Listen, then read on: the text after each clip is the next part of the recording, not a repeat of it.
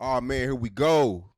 Terrence Gangster Williams in the building. How you doing? Wow, I'm in the building, man. It's a long time, man. Yeah, man. I'm late to the party. You've been all over every platform, putting up millions and millions of views. I'm not gonna lie, man. I hit you the other day. I was I was playing a video game and I let a documentary of yours play, like while I'm playing the game, and I felt like I was in a movie. So, and I hate being last to interview people. That's really why I didn't reach out sooner, because I feel like once Vlad and No Jumper get you, they get you. But I said, you know what, man? Nah, this shit is too good to be true, man. I gotta come here from the horse's mouth, man. So now we're here, man. But hell of a story you have, though. Yeah, big facts. Yeah, I appreciate you for having me, man. yeah. Do you ever sit back and be like, damn, how am I survive? Like, how did I make it through all this?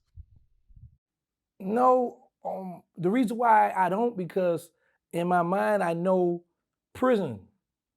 God put me in prison for a reason. So it's like prison saved me from a lot of that.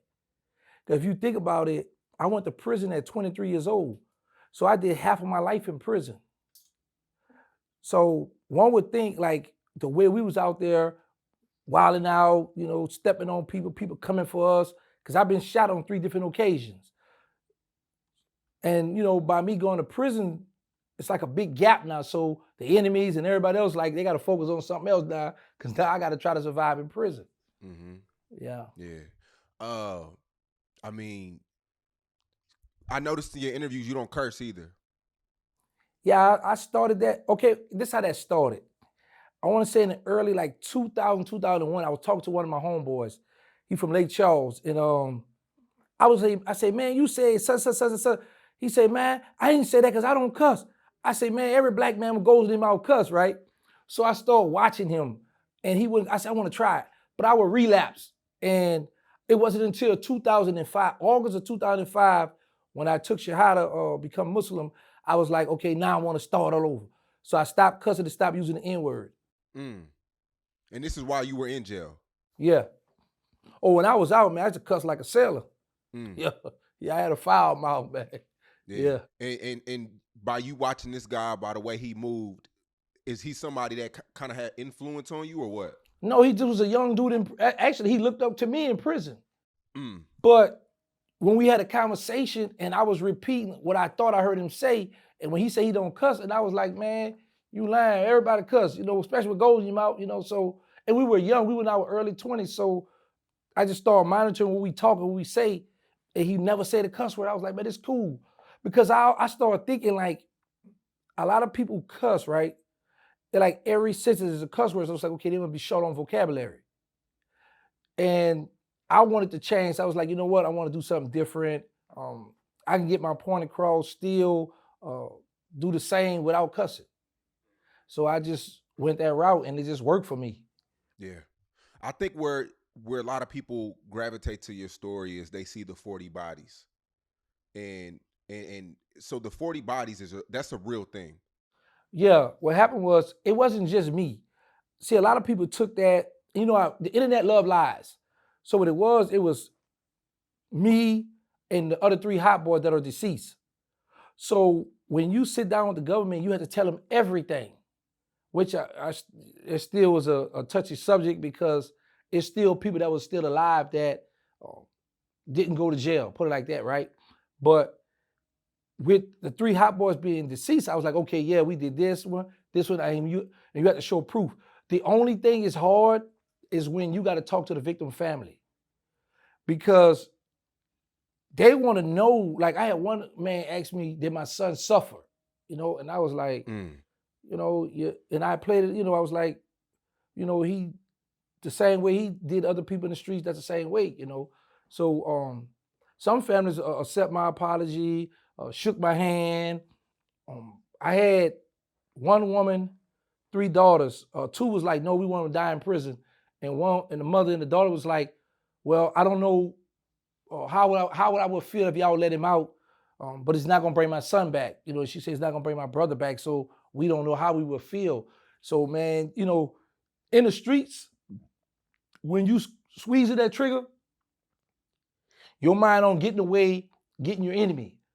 But later on, when you got to face the families, now it's different.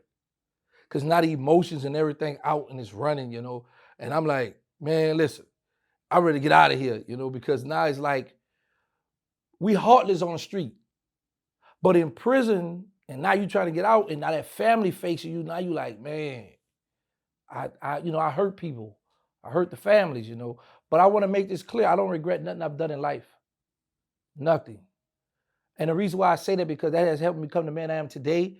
Also, I've never the innocent person. I've never a child, a woman. I've never took advantage of children or women. So that's why I don't regret nothing. Everything I did was all street related. And I know people say, well, it's still not cool to kill your brother, you know, another black person, right? And not making excuses for that, but this has been going on before our time. So when people make that statement, I think back and I do my research and study, and I'm like, even our ancestors over in Africa was at war, trading off the tribes and coming up. We got you. This has been going on before our time, you know. But now I look at it and be like, man, I was once a part of that bull, you know. But yeah, but it wasn't just me with 40. When you admit to these, by law, you have to talk to the families. Not by law, but the families have a right to a victim pact. It's called a victim pact statement. They have a right to come to the court. They have a right to get their statement how they feel about it. But the prosecutors and the DAs will ask you like, hey, when you plead to this, since you accept the responsibility, will you please talk with the family, because we bringing closure to this case. So if you really sincere, you got to face that. And you're talking to them in court, or is this like in a in different room environment, or what? It's a different. We're not in the courthouse. We there, but we like in the DA office, like in a room. What's one of the craziest responses you've had from a family when you admitted and you took accountability for what you did? What was one of the like craziest responses from a family? One of the mothers told me she was gonna see me on the street, and she was like, you know, I'm from the streets too, so I understand how it go. So I'll see you on the streets. And I looked and I was like, was that like, because you know you can take it both ways. Was it like, okay, I'm happy that you're coming home, or I'm gonna see you, right? And I remember getting a letter from one woman.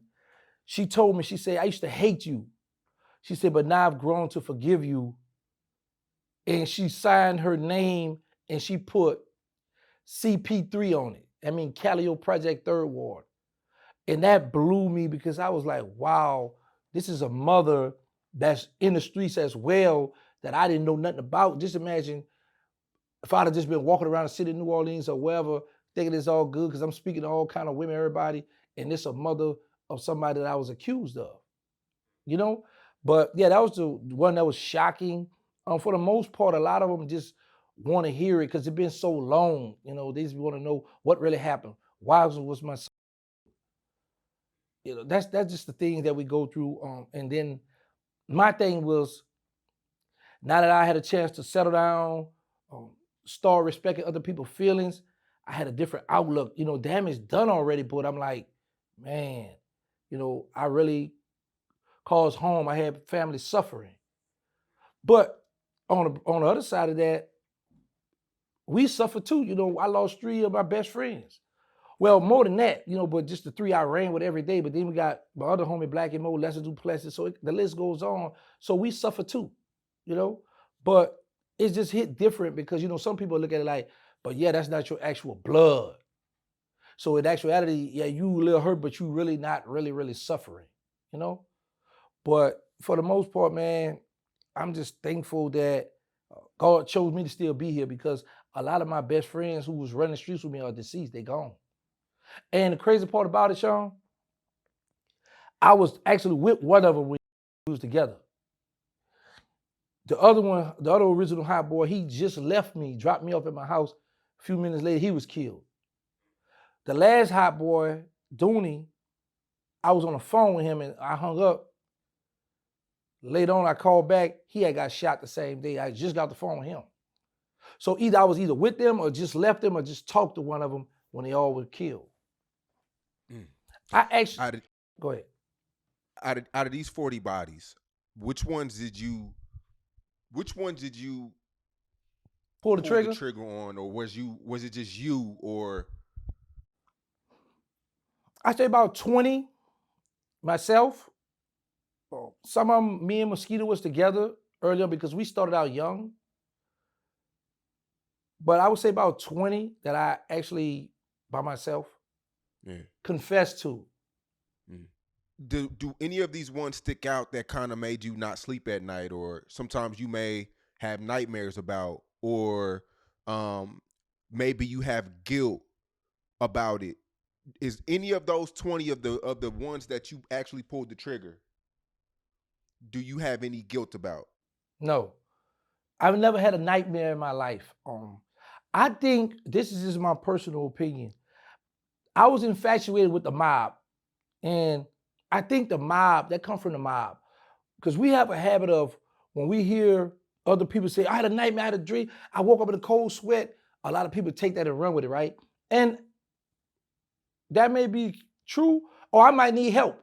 But I was reading this book one time, in a mob book in prison, and they said that once they got rid of their victim, they would have their eyes plucked out because they thought the people that done the autopsy can see them, that could see that the person that's deceased, the shooter was the last person that they saw. So hearing those kind of superstitious stuff, that stuff will carry on through us, it hit our hoods, and we take that and run with it. That's why I don't like to really sit down and talk with psychologists or therapists, because I'd be like, you really haven't come from where I come from. So if you was in the mud or came where I come from and changed, then we could sit down and talk. But I just be like, I be thinking a bunch of bull. That's just my opinion, But I've never had a dream, a nightmare. Don't regret nothing I've done. Nothing. Yeah. And you were one of those guys that didn't shoot in crowds. You really walked up and made it personal. Yes, that was mandatory. That's how we come up. And it wasn't just me. It was it's some old guy that's locked up with a judge denying them for getting out of prison because they would walk off, we would shoot them, and then we would walk off and look to make sure they gone. Yeah, we never did that long distance, shooting in the crowd, hitting anybody, because I always felt like this. If I pull up on your block and I start shooting and I hit a baby or I hit someone, now I'm the target, because now it's not like a woman's just upset and mad about her loved one being lost because of you. So now you're going to have the civilians, the people who don't have nothing to do with it, pulling together, either trying to get you arrested or either trying to hand you over to the enemies as well. Like the last time someone was trying to take me out, my car was up on the sidewalk and he tried to box me in. I jump out. My homeboy got the gun, so later on I'm thinking he had something to do with it too. So I try to knock him. But anyway, I jump out. The guy shoots, he missed the first shot, second shot, it hit me in my shoulder back here. So when I turn the corner, there's a bunch of little children out because there's a block party at Shakespeare Park where Juvenile shot that Back That Thing Up video. Yeah. So when I turn the corner, there's a bunch of little children. In my mind, I'm like, he on me, right? I'm like, I need to run through these children, or maybe he'll stop shooting. I was like, well, no, if I run through these children, they get hit, they're going to say, gangsters because of my baby dead, my child dead. So I just ran out in the open, gave him another shot at me, and it hit me under my arm, and it came out the middle of my chest. So I kept running, and I jumped in the car with my homeboys, and we pulled off, right? So we went up Ferret Street, turned on Washington Avenue by the Magnolia Project. By the time we got to Washington and Magnolia, we went head on with a car. I was like, man, if the dude don't kill me, y'all gonna kill me. They're trying to get me to the hospital, but they pulled me out that car, threw me in another car, got me to the hospital. But yeah, man, I just be thinking about a lot of times, man, when people come for me, came at me, it just wasn't my time. God just blessed me to be here. But retaliation always was a must. I've interviewed several people who, like you, multiple people, and they always had certain things they did. Like when they walked up on somebody, it was a certain part of the body, headshots that they had to, they would aim at the head, or It was just certain things that they would do on every mission. They would wear gloves, or it would be a mask, or it would be a certain time of day. Did you have like anything that you stuck to? Yeah. For our in our era, how we come up was the leg shots first. Take the legs away. Because you can hit a person in the body sometime, and with that adrenaline going, they could still run and get away. So we went for the legs first. Take the leg from them, then you stand over them. Our mission was, we always wanted the coffin closed. We wanted that coffin closed so you could have that little kindergarten picture sitting on that coffin with the little 2 teeth missing. That's what we wanted, to say, yeah, that's my work. So it always was leg shots first. Take the legs first, then go in for the kill. Because once you got the legs and they fall, now you can take your time and do what you got to do. Well, you got some people that'll try to shoot, hit, and to take out running, and they're hitting. You think you hit a person, like I had a homeboy, he got hit like 30-something times, but he had a vest on too, but in the St. Bernard, he survived. Because he had the vest on as well, though, but I know people that'll get hit up, and then people will run off thinking like, I know they did because I hit him in the chest. One of my homies got hit in the head, but the bullet just lodged in there, didn't go all the way through. So when you drop a person, you walk up and you know they gone, it's a relief. Was there a specific gun, maybe like a Glock or Smith and Wesson, or what gun did you prefer? What was your favorite gun around that time?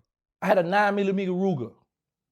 I used to love this Ruger. I named it after the project I was beefing with. This gun would never jam. I used to love this gun. Or if I'm going to do something by myself, I want 2 38s or 2 357, but I want 2 revolvers because I know the revolver not going to jam, and the first one going to get me to my man. The next one got to get me out of there. But mind you now, I had a 9. It wasn't my Ruger. I went in this project. It was 4 of us. We was going to try to get revenge for one of the hot boys being killed. And I was dressed like a woman. I had the gun under my arm. And one of the guys come from around the building. We met face to face. I pulled a gun. He jumped back. I shot. My gun jammed. The other killer that's with me, he shot, his gun jammed. My 2 homies that's around here, they shot, their guns jammed. Now it's all kind of high power ammunition coming at us. So this night I'm like, man, I should have brought my 2 revolvers with me because we only shot 4 times and like 100 more shots came at us. We could have got killed in these dudes' project. And all the while they was the one that killed my homeboy. So, a lot of us just like to move off instincts like, man, I feel like this. I need to get something to get back. I need to get revenge. So and that's sad because we've lost a lot of people off of who we think did this. Kind of find out it almost be that person. In some instance, and I was talking to some guys not so long ago about that, how people were killed. Like one of my enemies was killed in the Calio project. They thought he had spent on him and hit up one of Master P homies. But it wasn't him, but because the dude with the same color as him, when he came in the project, they hit him up. He killed him, right? And I was like, wow, what y'all did? Man, because he did it. I was like, man, that wasn't that man. But I was like, good looking out, you know what I'm saying? Because that was one of my enemies. But people just always felt like if you done something to me, we got to get somebody that's going to make us look weak. And that just was always our mentality. That's why when I look at these youngsters today, I be like, man, it just repeating itself. They just have better ammunition than we had. They got those switches now. They crazy right now. They got man. So it was more of a thrill for you. Yeah. Yes. But they say ain't no fun when a rabbit got the gun, because when I was getting hit up, I ain't like that feeling. But it gave me a wake-up call for a slight moment because I got hit in 94, and then I wound up getting hit again in 96. So And I never done drugs. I never drank, never done no kind of drugs. So my mind just was on, they scared of me. Not knowing you tough, he tough, they gonna see who the toughest. So you got a bunch of young killers like today now just going at one another trying to make a statement. And I just was saying the other day, like, if we had social media back then, man, we was already the murder capital without social media. Like 424 murders in 94. Just imagine, and in 94, man, I got arrested. I got arrested in January for intimidating a witness. I got arrested February of 94 for murder. I got out in May, I got stabbed in June, shot in July, back in 94 of August for murder. So I know how I was in 94 because I was a part of that 94 era, you know?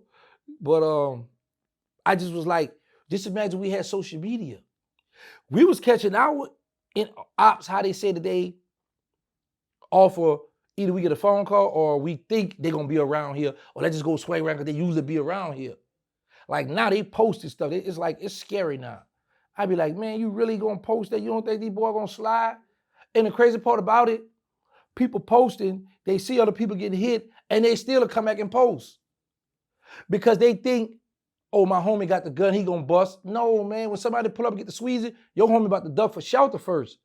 By the time he ducked to try to get some shelter, it's too late because everybody hit up, them people gone, you know? But the difference between us and them two, we had a little money. These little youngsters be 10, 20 deep, sliding up in these all kind of foreign guns. And when everybody go to jail, they broke. Everybody broke, the crew. You know, you can't call nobody to help you get out of prison. You can't call to get no lawyer or nothing. I was gonna wait for this question, but we all know Foolio just passed from Jacksonville. He caused hell in Jacksonville. I'm not gonna say he has 40 bodies like yourself, but he put in a lot of work. Very disrespectful in his rap music. He was posting his live on his birthday. He was posting his location. Like you said, 20 people with him. He had the same car that he had when he got shot at 8 months ago. Foolio was somebody I was pretty cool with. I don't think he was rich. He used to verbally say he wasn't rich. But to your point, what did Foolio do wrong for what you've seen? Posting, going live. You know, it's crazy because I felt bad, right? I was like, youngster for his birthday, he having fun 3 hours away, right? It wasn't until last night and today on my way here, it's a guy that I be talking to out his hood. And he been flooding me with all of Foolio videos and stuff. I'm like, man, he was very disrespectful. You know? I'm talking about, man, so here's the thing. Like, one of the guys who killed one of the original Hot Boys, I had a t-shirt. And I had 2 tombstones with him and his brother name on there, shoot the grave up. And they were still alive. So I get that, right?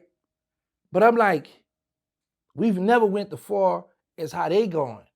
And like I said, we didn't have social media, but as I started looking at the stuff he was doing, I was like, wow. Because then I started thinking this, because you know, your heart go out to this young man.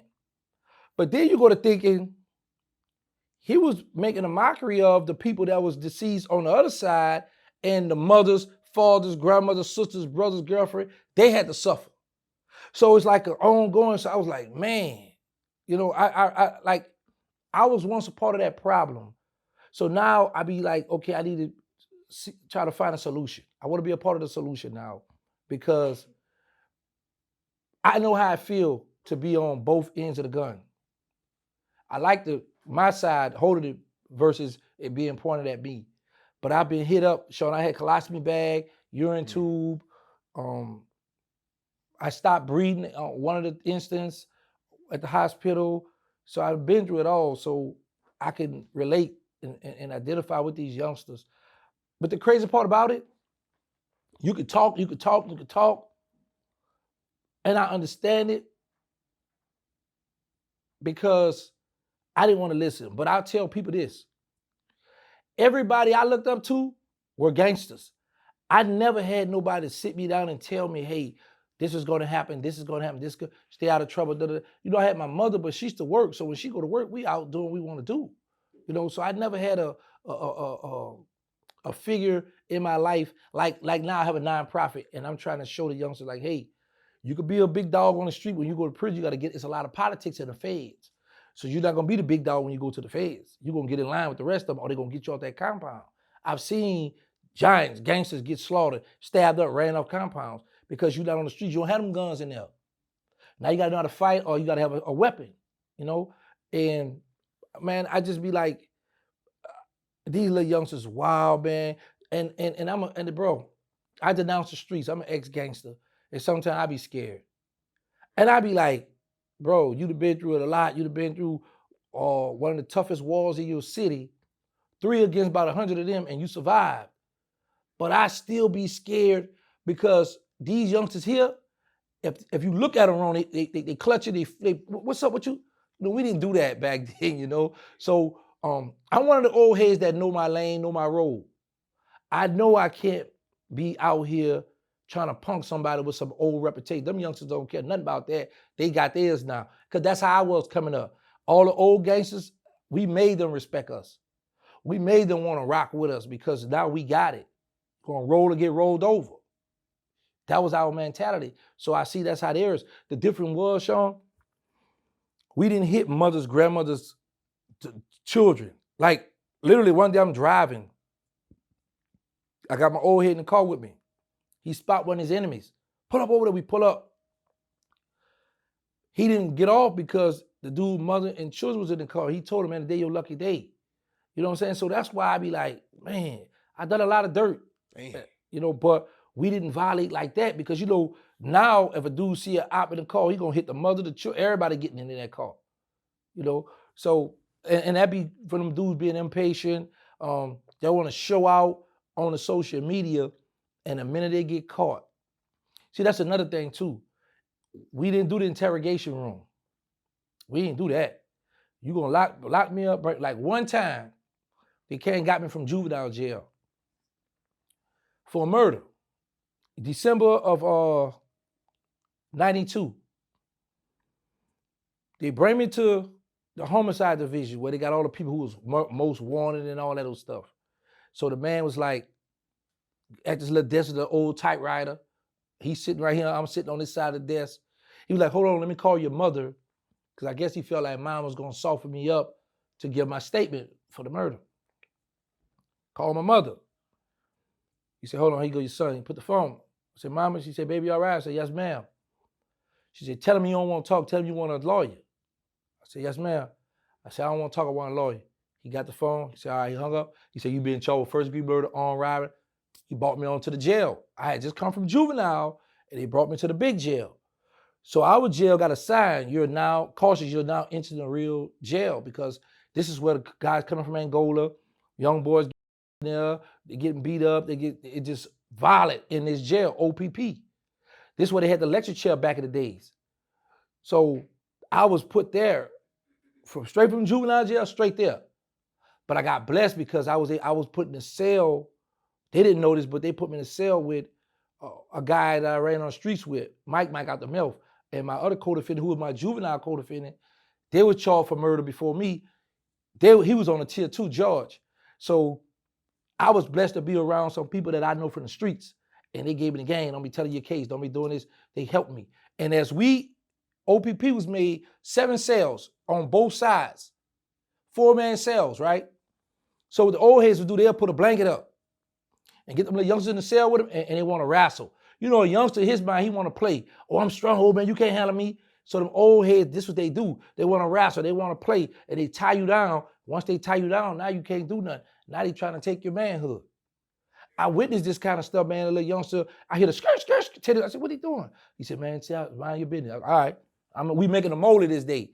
A moldy was, my homeboy was mad too. Like we used to take the cookies, the M&Ms, the bread, and roll it out. And then it's like a big burrito or something, but it's all sweets.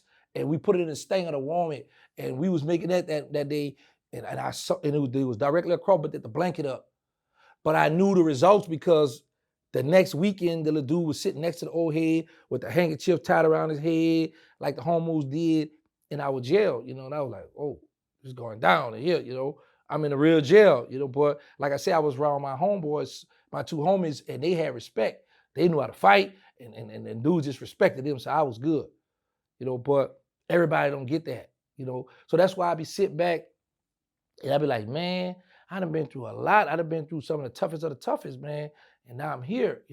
I got to get the message out. I got to let the people know, yes, I've done this, but you have a chance. Like when I got out, bro, my first time working was at in Roanoke in Fort Worth out there at NFI at a Colgate warehouse. I was so happy to have that job, man. It was my first time in my life having a job. And I was on the phone with Birdman, bro. And he told me, man, I was in the warehouse. And his exact words were, you can tell your story. He said, but you're only gonna get 5 minutes of fame. Nobody gonna wanna hear your story after that. So I'm like, oh, all right, cool. We had a little talk before we hung up, right? And this was in 2022. And we in 2024, 2 years, 6 months later, I'm still telling my story, So that's why I tell a lot of youngsters, don't listen to what people say. Do with your heart, follow your heart, especially if you're doing something positive. Because you got some people that still want to do negative stuff. Like some people, they hit me up all the time, ask me about different scenes and different stuff. And I be like, and let me tell you what's crazy. Because if you notice, you go back and check, when I first did my Vlad interview, I didn't talk about those bodies. I see that. Yeah, it's a lot of stuff because sometimes I think, man, I got away with a lot of stuff and I met a lot of those family members and I don't be wanting them to think like I'm trying to open old wounds, pour salt in wounds or, trying to just, but like I say, everybody that I stepped on was in the streets. And then like, you can't justify that, but it's done. Damage is done, So, like I said, I don't lose no sleep though, Sean. I don't lose. I ain't gonna lie. Before we move on, because I kind of want to go back to Foolio a little bit. What should he have done differently? Because we know it takes money to win wars. And like I said, he wasn't rich at all. He had the same car. His enemies knew what kind of car it was in. He was posting his location. Do you feel like somebody like him feels like they underestimated his enemies? Of course. Here's the thing. He was 26, right? Yep. Okay, let me show you something. I went to the feds at 23. I got my FBI report. In my FBI report, they said they were unable to get surveillance on me because I would switch cars every day. Like, I would literally, I know people like to ride Mercedes and different stuff. So what I would do, hey, you want to drive this car? Yeah, give me yours. Make sure you had the windows down because if I got mirror tisser, had the windows down so they know you're a female or they know you're an innocent person, they know you're not, part of this war. But I would switch cars where I got to get a rental. I'm going to switch cars because I knew two things. My homegirls who were messing with some of my enemies, they're going to tell them what I'm riding in. Some of them, right? Because I learned a penis and vagina, two powerful elements. So whoever you land with, they're going to give you some information. Another thing is, he was doing a lot of rapping, so he had some kind of money where he could at least trade that car in. Yeah. Trade that car. And another thing, like I say, I understand you going live because you thinking these dudes got your back. But how we roll, I understand you got my back, but I'm going to get my own back. Like I used to always tell people, I'm scared to die first. Because nobody's going to retaliate how I'm going to retaliate. Even though my homies steppers, they going to squeeze, but it's going to be different. They might take their time or whatever the case may be. And I just think that the little young, not just him, in the ops, the other ones, because I see what the other little dudes made videos right after that, where what you're doing now is this, you antagonizing. You posting this stuff, yeah, your man dead, now we crushed him. So now what you're doing now, you got these other little youngsters that got all these other foreign guns. You forcing their hands now because if they don't retaliate, they're going to look like they soft. So now it's going to be an ongoing thing. I think that Foolio, for number one, should have never been on live or posted what he at. I don't care how far away you are, knowing people want to get at you.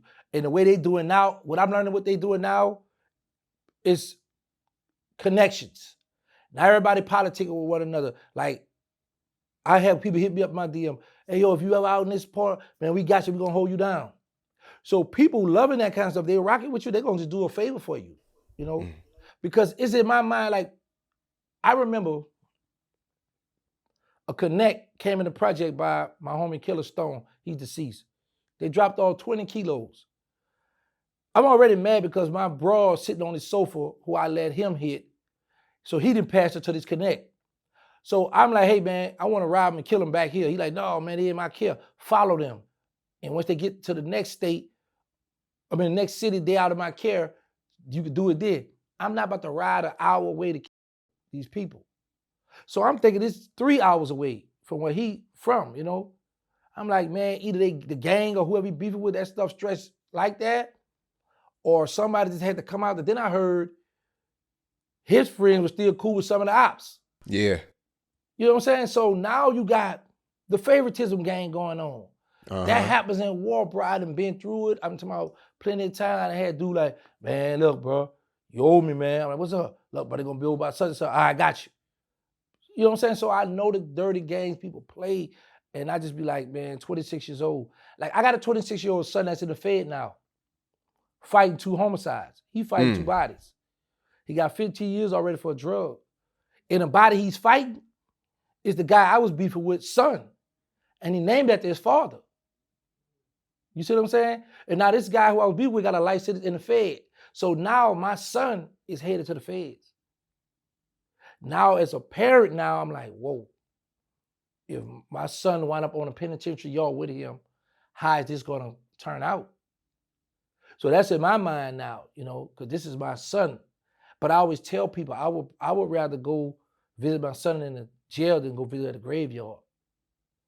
But Foolio, I looked at the stuff. I was looking at him and I was like, boy, he having fun. He had the little pretty little girls with him. I said, boy, yeah, he enjoying himself. But I didn't know the history of their stuff, you know, until once that happened, then people start flooding my DM with all. Let me tell you this. It's one guy, it's one little youngster that's amongst them. He won out. He hit the guy I be talking to. And he like, man, I don't want to live this life no more, boy. I don't know what to do. So he's scared to like come out. He don't want to, because I was going to talk with him on my thing, but I was like, tell him to relocate. And it's sad, bro, that a lot of them want to be a part of the gang. A lot of them want to show them guns off, but they be broke. They can't move. They don't have nowhere to go. You know, and that's the thing I look at too. Like, I'm pretty sure that Foolio had some kind of money where he could have switched that car and had, but we can't say security because a lot of them look like, I'm gonna get my homie for my security. I don't trust security. Because the first thing they'll say, man, security gonna run off. They ain't gonna protect me. They trying to get on to their family. Your homeboys too. Homeboys got a wife, got a girlfriend, got children. They trying to get on to their family too. You know, and we see this all the time. The minute somebody pull up and start shooting, everybody duck and run first. And the crazy part, when somebody would pull up in my project shooting, I would literally stand and look to see where the shot's coming from. I want to know who shoot people. Boy, you tripping, you crazy, you gonna get shot, you better get out. No, I want to see where they shooting first. Which way they aiming or whatever. Then I can get some shelter, but I would really like stand there and look where it's coming from, who doing it. Because sometimes people shoot the ground to run you off, because I know the games we played, you know? But man, when I start looking on my way here, start getting my DM, they start updating me on this young man, I was like, whoa, he was off chain. He was very, very disrespectful. I'm like, man, we did some disrespectful stuff, but this young man was disrespectful. And I'm like, I understand now the families on the other side, like they happy. Because, man, he used to rub it in their face. And I know they was like, well, we can't wait till we get you. And it's nothing like getting the head. Once you get the head, you know, the body gonna tilt.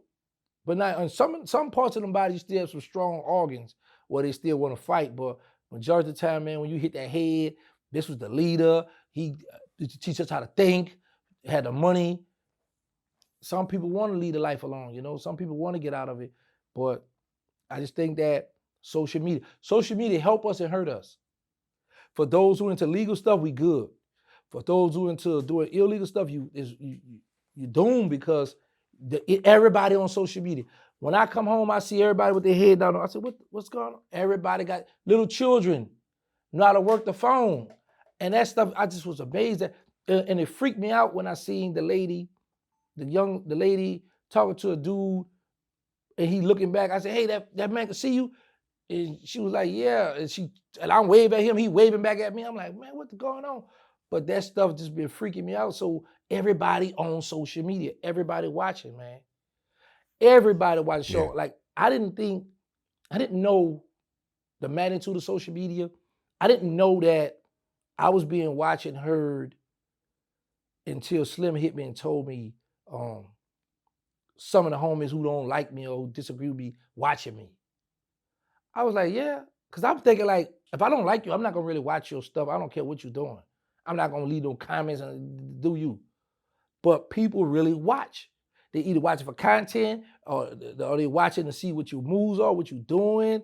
People are really watching, man. And I didn't know that until I started really paying attention. So I started learning this stuff, and I'm like, man, this is dangerous. Yeah. I think a lot of what you're saying, everything what you're saying is true. My last interview with Foolio was almost at 1 million views. I talked to him about leaving the streets, and I could tell he kind of really wanted to leave the streets, but he didn't want to look soft. I could tell he was tired. He was fed up.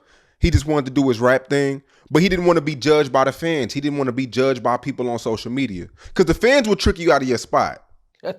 Listen, I tell my youngsters, peer pressure.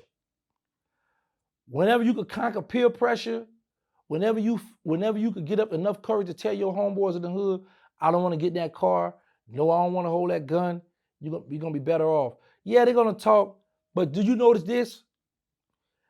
Everybody who go viral, it only be for a moment, and then you got to find something else because it's the next person going. Is always time waiting for no one. Is constantly going. So with that being said, a lot of us, and even me, I was like that. We feel like we got a point to prove because just like how you just said, Foolio told you that, I was like that at once. I was like, I wanted the reputation. I wanted people to be scared of me. I wanted people to feel me, but I wanted to be liked as well. So when I got all those things, I was like, man, what I got myself into. But when my best friend, the original hot boy, Mosquito, hit him 20-something times, I literally walked up to him, Sean. I'm on the phone with them. I'm like, hey, is he dead? I don't know. They passing the phone to one another. I go in their project, walk in the driveway where it's dark at. He laying down, he got a little light where I could see him, like he was reaching for something on his back, hit all up, and I'm looking down at him. And I'm looking at them over there, and they talking about they didn't know. I'm like, clearly he's dead. I asked y'all that. But I'm thinking, they had me thinking somebody from somewhere else hit him, but all the while it was inside job. So I get it when the person be like, man, I don't want to, but I know people gonna be looking. We care about what the people say, what they think about us. Because we create this persona like, I'm tough. So when you create that persona, people want you to live up to that. You gotta stand on that. Or then they're gonna clown you. Oh, you coward, you fake, you soft. And some people, like me, I tell people, once you get bulletproof emotions, you'll be better off on the internet. If you don't have your emotions intact where you can take this stuff, the internet not for everybody. Because it will destroy you, man. I'm telling you, I be saying some disrespectful stuff on the internet. And I laugh at it because I be like, once I get off the internet, I leave it right there. Now my mind is, I'm free. I got to pay these bills. I got my mother. I got my son in jail. I got grandbabies. I got people that's dependent on me. So I got to know how I'm going to make a dollar. I don't carry the social media. I leave that over here. And now I'm in real life. But a lot of people worry about what people are going to say. And I was, at one time, I was like that. I was really like that at one time. Have you ever gave somebody a pass because they were with their girl or mom or kids? Yeah, I ran in the house and robbed a guy. That almost come back to hurt me too, because it was a barbecue later, and I went to the barbecue across the river, and he saw me and went to cut acting crazy, but who I was there with, it was like a protocol. He respected these old heads and respected the dude I was with, but yeah, his girl and his daughter was in the house, and I was nice enough to leave some of the money and stuff, so you get yourself back right. And he lied to say I took everything when he went under. So, I guess he was looking at like, he already robbed me, so I'm gonna keep this and tell him everything gone, But yeah, I've done that before. But my thing always been this: I'm gonna rob you. two things I would prefer. Either you put a hit out on me or me and you go to war. That's just always been my mentality. And I've had my share of bullets. I'm talking about stomach was cut open, my lungs collapsed, been through it all, man. You know, car wreck. I had juvenile life. I did state time and federal. So I done been through it all. But yes, I've had a time when I've seen the person with his people. And because my thing always been, the city's small, New Orleans. Super I'm small. gonna run into you again. We always politic and network with people. I was cool with so many people all around. A lot of people used to like me. That's why I be telling when people like, man, I want to be feared. I be like, yeah, I used to want that, but then I start realizing when you want to be feared or when you are feared, people try to get you out the way faster. Yeah. When you are feared, they feel like, oh, he gonna come to me next. Let's just get together. There's so many big dope boys put this money together. Let's have him killed. Let's have him get out the way. So I became where I want people to like me.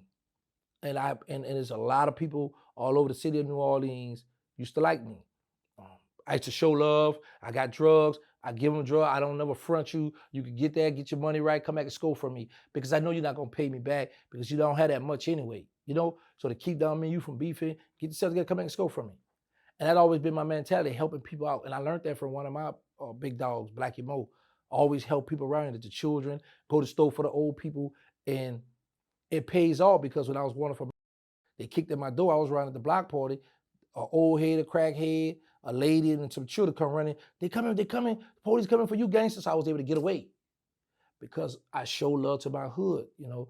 So you got to do those things, but sometimes, man, we be so far gone and caught up in this stuff. Only way you gonna get out, bro. You got to relocate. I think me relocating is one of the best moves I've ever made in my life.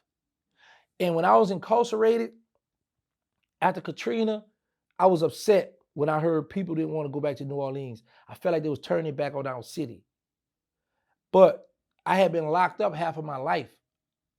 All I knew was New Orleans. When I got out, I went straight back to New Orleans. And then baby said, man, get from down there. Get from down, it's a jungle. You don't get, like, but man, it's my, but when I started seeing them youngsters clutching and stuff hanging out their shirts different, I said, yeah, I got to get from down here. I ain't going to make it down here, you know, because I don't know who is who. Because I had a guy that I used to run with, he waited 15 years to kill a man who killed his father.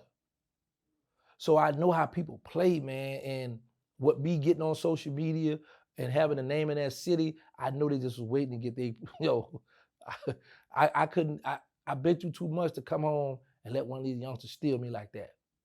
Nah, I was like, you know what? Yeah. So the time where you ran in a dude's crib, if the girlfriend and the baby wasn't there, you would have them? No, not him, because I used to do this. Certain people, I'm gonna get a drawing, I'm gonna get the rundown on you. And if I feel like you kind of soft, that you gonna sit and hit, or we might go to war, or if you just a cool dude, you just happen to be selling drugs, I'm gonna let you live because you a cool dude. So 9 times out of 10, somebody gonna front you something else, so you gonna get some more work, and I might come back and rob you again. So I didn't kill everybody. No, I wouldn't kill him because and here's the thing, sometimes when people put me on a lick, they might tell you, look, bro, this is my people here, man. This is my girl, little brother or cousin. Man, don't kill him, man. Just get to work. All right, I got you. You know what I'm saying? Because you like, man, he ain't gonna buck. You have situations like when a person try to go for the gun or buck you, then you might have to put. Sometimes people be like, man, get that stuff, man. Just let me live. I'm gonna see you in the streets. Yeah. Well, at what age did you start selling like heroin and weed and crack and? We first started selling weed, I was like 13. Mosquito was the first one with the crack. I was scared of that. I tried selling crack twice. That didn't work. First time, I went in my home in Killer Stones because we had quarters. We used to sell the quarters. Back then, it wasn't 7 grams. We would sell quarter like maybe 6 grams, something like that for the 200. I would get it, rock it up, sell, make deals, because I just like to go buy polo shirts and ballet shoes and all that, Jabot jeans and stuff. The first time I did it, I was doing like deals, like if a crackhead might get me 5, sales, give them one. I'm doing all kind of little wheeling and dealing. I got a big knot of money, so when I count my money, I only had $200. I said, where my profit at? I said, I'm gonna try this one more time. Got it again. This police named Curly Head and Blue Eye coming to the project. I had my crack in the hallway in a light bulb. You know, you take the light bulb out, you got the little socket. I had it hit in there. So we run. I come back, crack gone. I said, man, I ain't selling no more crack. It's over with. Heroin was introduced to me in 1992 by an old head in my project. He's still living right now to this day. Heroin was, we used to call that a rich man high back then, because back then, one bag of heroin was $25. It was totally different from selling dime and $20 bags of crack. You know, an ounce of heroin, when I was, like, it's changed now, and during my time, 5,000, something for 6,000, sometimes I dropped 8,000, you know, for the heroin. So, and then if the heroin, if it's an ounce of heroin and if it's taken 3 or 4, now you might step on it 2 times. You know what I'm saying? You gotta leave a little room. You don't want to have that watered down stuff. But kilos of heroin back then was anywhere from 80 to 100 grand. Now I'm hearing that stuff, you know, with the price 40, it's cheap now, you know. But I got introduced to selling drugs at a real young age. I remember seeing a young boy in the Callio Project when I was like 9, 10, selling drugs. And he used to give me money when I would come to the cut to go to the store for my mother or whatever.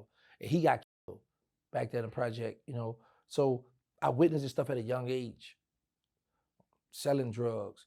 But I honestly, I really didn't like selling drugs. I would prefer to rob you or take a hit faster, you know, to get the money faster. I prefer that. And taking the hit, you're talking about catching a body for somebody. Right. Somebody gonna pay me, and I'm going to take care of the business for them. How much would you charge for a hit? Back then? Yeah. The most I got was 20,000 and some heroin. But man, 10,000, 15, it varies back then. I know some people, I know one dude, he was a stepper, he hit a dude for 2,500. But how do you know they're gonna pay you though? It depends on the guy you're dealing with, because you're gonna get half the money up front. Now I had a homeboy, he in the Fed down. What he would do, he would send a hit, he gonna give you half the money. You go do the hit, when you come back to get the rest, he kill you. What? Yeah, he don't want no, because you got to keep in mind, Sean, if you pay me to go do a hit, now I got something over your head too. So he going to eliminate all that. He used to do that, you know what I'm saying? But sometimes, you know, people will pay you your money because they know if you went to take that hit and that mission was accomplished, they know you going to come back to kill them behind your money. Because now you made me look stupid. You had me go ahead and let you gave me something. You want to play with me? All right, I'm going to see you. You know what I'm saying? So, I've never heard nobody sending somebody on a mission and didn't pay him. I've never, if it have it happened, that's possible. But I've never heard it. I've never heard nothing like that. So you're hustling, you're making money, and I'm watching this documentary. They say that at your heyday, you're making $50K a day. Is that true? Really, bro? It was my co-defendant, OG Blabber. He's home now, right? When I would pull up in the project, he had like anywhere from $10,000 to $15,000 just from selling all bags. That's not selling if we had grams or we were selling quarters. That's from bag to bag. He used to love to do that. And I was like, man, you in front of my mother's door, we got to come together. You know, so it wasn't just me. It was both of us, because what it was, people who sold the weight, I was cool with them. So I had the plug with getting the weight, so we would get a discount, and I would bag it up, and he would sell it. So it was really both of us, not just me doing that. But it wasn't no every day. No, it wasn't every day. You're going to have some days where you might make 20,000. But here's the thing about heroin. Every morning, them people coming to get their fix. Anybody who's on heroin in that morning time, they got that sickness, they got to get off. So they coming, that traffic gonna be heavy. That traffic coming, man, you know, but, you know, people like to play with the numbers. Sometimes, Sean, honestly, I let people just run with the numbers, you know, and just keep it going. But then sometimes be like, man, all right, it's enough of that. Yeah. You know what I'm saying? Because here's the thing. When a person play with numbers, first thing anybody with the same mind gonna say, well, if you made this much, why you don't have nothing to show for it? Mm. Where your property at? What a car? You know what I'm saying? So we was getting money, but I would say, honestly, Killer Stone was first. Then I'm going to say OG Blabber was getting more than me. Okay. He was really the hustler. He was really grinding. Yeah. And you had a plug in New York? Yeah. Mm-hmm. So how'd you meet a New York plug way in New Orleans? Man, let me tell you, this is going to trip you out, y'all. They was already connected with somebody in New Orleans. So when the Calio shot my QX4 Infinity truck up, the connect had came by my co-defendant, Bryce. It was like, man, I like this truck. He was like, nah, he's not gonna sell his truck. But they met Bryce through, all right, one of their people got locked up and they needed to bond him out of jail. So this guy connected with Bryce or one of them. So, connected with Byron out the Melf.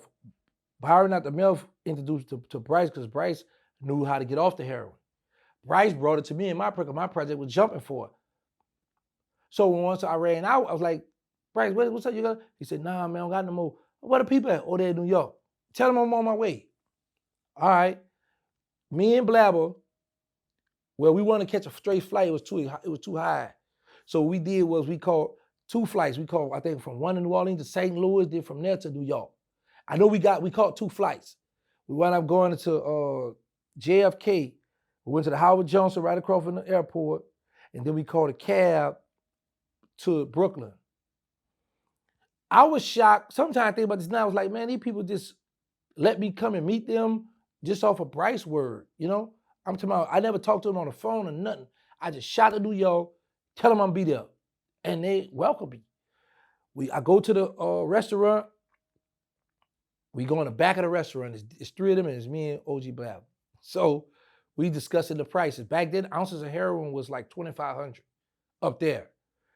We get it and break it down south. Now we're going to get $6,000, $8,000, depends on how potent it is. While we're in the back of the restaurant, we discussing prices. They bring a little sample. My partner, he tests it. So he over there leaning. And we talking, and the head one say, see, told you good. And my man, he raised it, oh, it's all right, it ain't all that. I say, yeah, it's good. Because he always used to hate on everybody else stuff. It's like whoever had better than us, he would never get them props, right? So while we in the back of this restaurant, we talking. He had 2 Latinos to come back there. One was big, thick, and one was a little sexy. I was like, hey, what's up, girl? He said, you get girl later. We talk business. I'm like, all right, I want girl, man. So we go back up front. He had me that I want something to drink. I was like, nah, I'm good.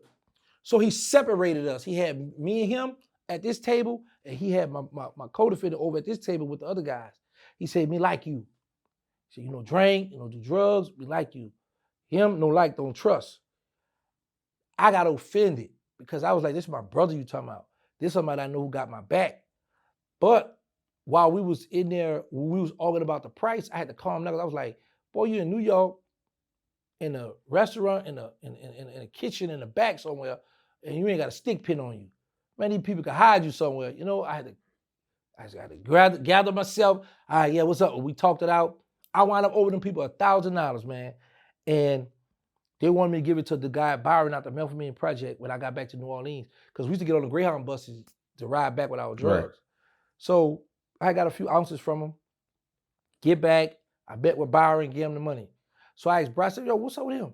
He said, man, he cool, he good, do. One-on-one, I just told you, like, somebody you could rob and be like, man, I ain't gonna much kill him. Because he a cool dude. That was one of them. Byron was real cool, man. So good dude too, bro. I gave him the money, and then I told Bryce, I said, man, I'm gonna rob him. They send that dope to him? He said, yeah. I said, all right. So I left the people alone. They called me. What's up? You don't like dope? I said, yeah, man, it's all right. But that's about. So we worked a deal for 6 ounces of heroin for $22,000. They wanted me to wire 1,100 to them. I mean 11,000, and then they were gonna come get the other 11,000. I was like, cause I know we were gonna jack up this time, so I was like, nah, man, I ain't gonna wire the money. Y'all send it to the guy, and we work with him. We got to get it. So they got slick. They drove down. but they mailed the heroin to the methamphetamine project. But before it got there, I had told my co-defendant Brad, I said, hey, when they come down here, well, since they down here, I said, we're going to get them to your house and we're going to come over there. He said, man, we ain't people. I said, man, we're going to tie them up and we're going to later. So that's why I got solicitation to commit murder. I was charged with that in the Fed. Had my co-defendant say yes, then I would have got conspiracy to commit murder. But he said no. By me soliciting the question to him, they gave me solicitation to commit murder. So what happened was they went by Wade Dix. They wanted to meet me by the Magnolia just to talk. I didn't know that the feds was listening on my conversation and how the feds do now. Why they got you in an investigation? As long as you're not talking about murdering or murdering somebody, they're gonna let the investigation go on to get a lot on you. But the minute you talking about murdering somebody, they gotta terminate the investigation. So that what happened. They locked those guys up. Now, mind you, I don't know that the Fed locked them up because of that. Next day I come, man, what's going on? They said, man, they in jail, man. What that dope at? Man, I said, look, we're gonna rob the mailman. So I don't know my phone tap though. So now we trying to find him. We're gonna rob the mailman. But the next day the feds just went on and swooped all us up, got locked us all up. You know, wow. So the feds really saved their life. Yes. And look what the Fed did. They charged me with continuing criminal enterprise, a Kingpin statute. Everybody on my case had played out. Nobody cooperated with them. So when it's time, I was the last one, so it's time for me to plead out or go to court. The FBI, as I'm coming through to go to court, he said, hey, is Charlie back there? I say, no, why? He say, man, because we supposed to have him in the other cell. I wanted him to hit his tape or he don't believe I saved his life. I say, man, you dirty. I say, you trying to shoot, because the man played out, he don't want to cooperate with y'all, but you try to get this man to cooperate, but you let him hear that I. Exactly. Yeah, man, they played dirty, but yeah, it was 8 of us on the case. And what year was this? March, we got locked up. Well, I got locked up, me, Bryce, and Blab got locked up March 6, 1998. And this was the case that led you to do the 23 years? Yes. Okay. Yes, man. The night that happened, I'm at home, I wanted cinnamon roll. And we call, when people like to drive your car a lot, we call it gas happy. So I was like, I know my brother, he gas happy. I said, bro, why don't you ride downtown to Tasty's, go get me some cinnamon roll. She was like, all right. At this particular time, I didn't know where I wanted to go because I had my girl living in the Holly Grove, just, the hood, Lil Wayne claim. Yeah. I was living back there. Then I had my other girl living in the 13th ward where BG from. So this particular night, I don't know where I want to go. So what I did was I sat on my mother's bed, and then I just laid down. For I done kicked all my Reeboks. I done dozed off on her bed. I get up like 5-something in the morning. I see the cinnamon rolls at the foot of the bed. I go in there, bite off it, throw it back in the bed, lay back down. But like an hour later, a few minutes later, whatever, I hear banging on the door. So I jump up, I look out the window in the project, I see police running around with shields, masks, guns, and all kind of stuff, big old long. I say, man, I wonder what my brother done. Because I'm used to going to the parish jail for murder. I don't, this stuff here, this not me here. This is a lot of people, this stuff for my brother, some drugs that look like. Knock on the door, FBI. My mother said, who is it? FBI. Is Gangster home? Yeah, he in the room. I be like, Mom, you told on me, huh? So I was in her bedroom, so I said, you know what? They bring to jail any kind of way. So I got up, put my little Reeboks on. I never forget, I had my polo jean. I had a Big Timer t-shirt with Baby and Fresh on it. I got up, walked out, and they said, get down on your knees. Put your hand behind your head, lock your fingers, walk back to us on your knees, like, come back. I walked back, did it like they asked me. And when they got me, they was like, we got to get. It was exciting. I was like, I still don't know what's going on. They bring me outside on the porch. You got any guns in there? I said, man, I got to do y'all job. I'm not going to tell you if I got guns in there. They bring me, when they locked me up. No, my homegirl was out there. They got the landlord. I was like, don't worry, I'll be back. Because I'm thinking it's like the state. Locked me up. Baby Slim, a phone call away, man, y'all get me. Man, that was March 6, 1998. I ain't see the streets till June 3rd, 2022. Crazy. 23 years and 10 months, almost 24 years straight in prison. One of my daughters, I got locked up March of 98. She was born in May of 98 at home. But while I was locked up, one of my daughters graduated from Howard University. One graduated from Tulane University. And thanks to Slim and Baby taking care of me, they helped me put my daughters in college. So, I was able to still do stuff from prison, take care of my children. I got 10 of them. Well, I got 11 now, but I had 10 then. What was the biggest thing? What was the biggest transition? I mean, getting out of jail. I mean, 98, bro, it wasn't cell phones like that with camera phones. It wasn't social media. I mean, CDs was just now the thing in 98. Because shit, 90s was still like this the cassette tape players and shit. What was the hardest thing to get used to over that 23-year period coming home? The cell phone. Like right now to this day, I don't like the iPhone. You still don't have an Apple phone. No, listen, I got one. Bro, let me show you something. I got one, right? I don't know how to work it. What I used to do, this is my Apple. So I should just use this to do our podcast with it. Now I know how to do, when people want to FaceTime me, I know how to do that now. Or if somebody send me music, what really locked it in where I say, yeah, I don't like this iPhone.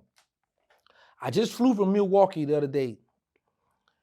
So I'm on a plane and people talking about Apple Music and all this stuff. So I'm like, how you do this phone? So I said, okay, I'm gonna put my headphones on. So I went to looking for the hole to put, I said, you can't put no headphones on this thing, right?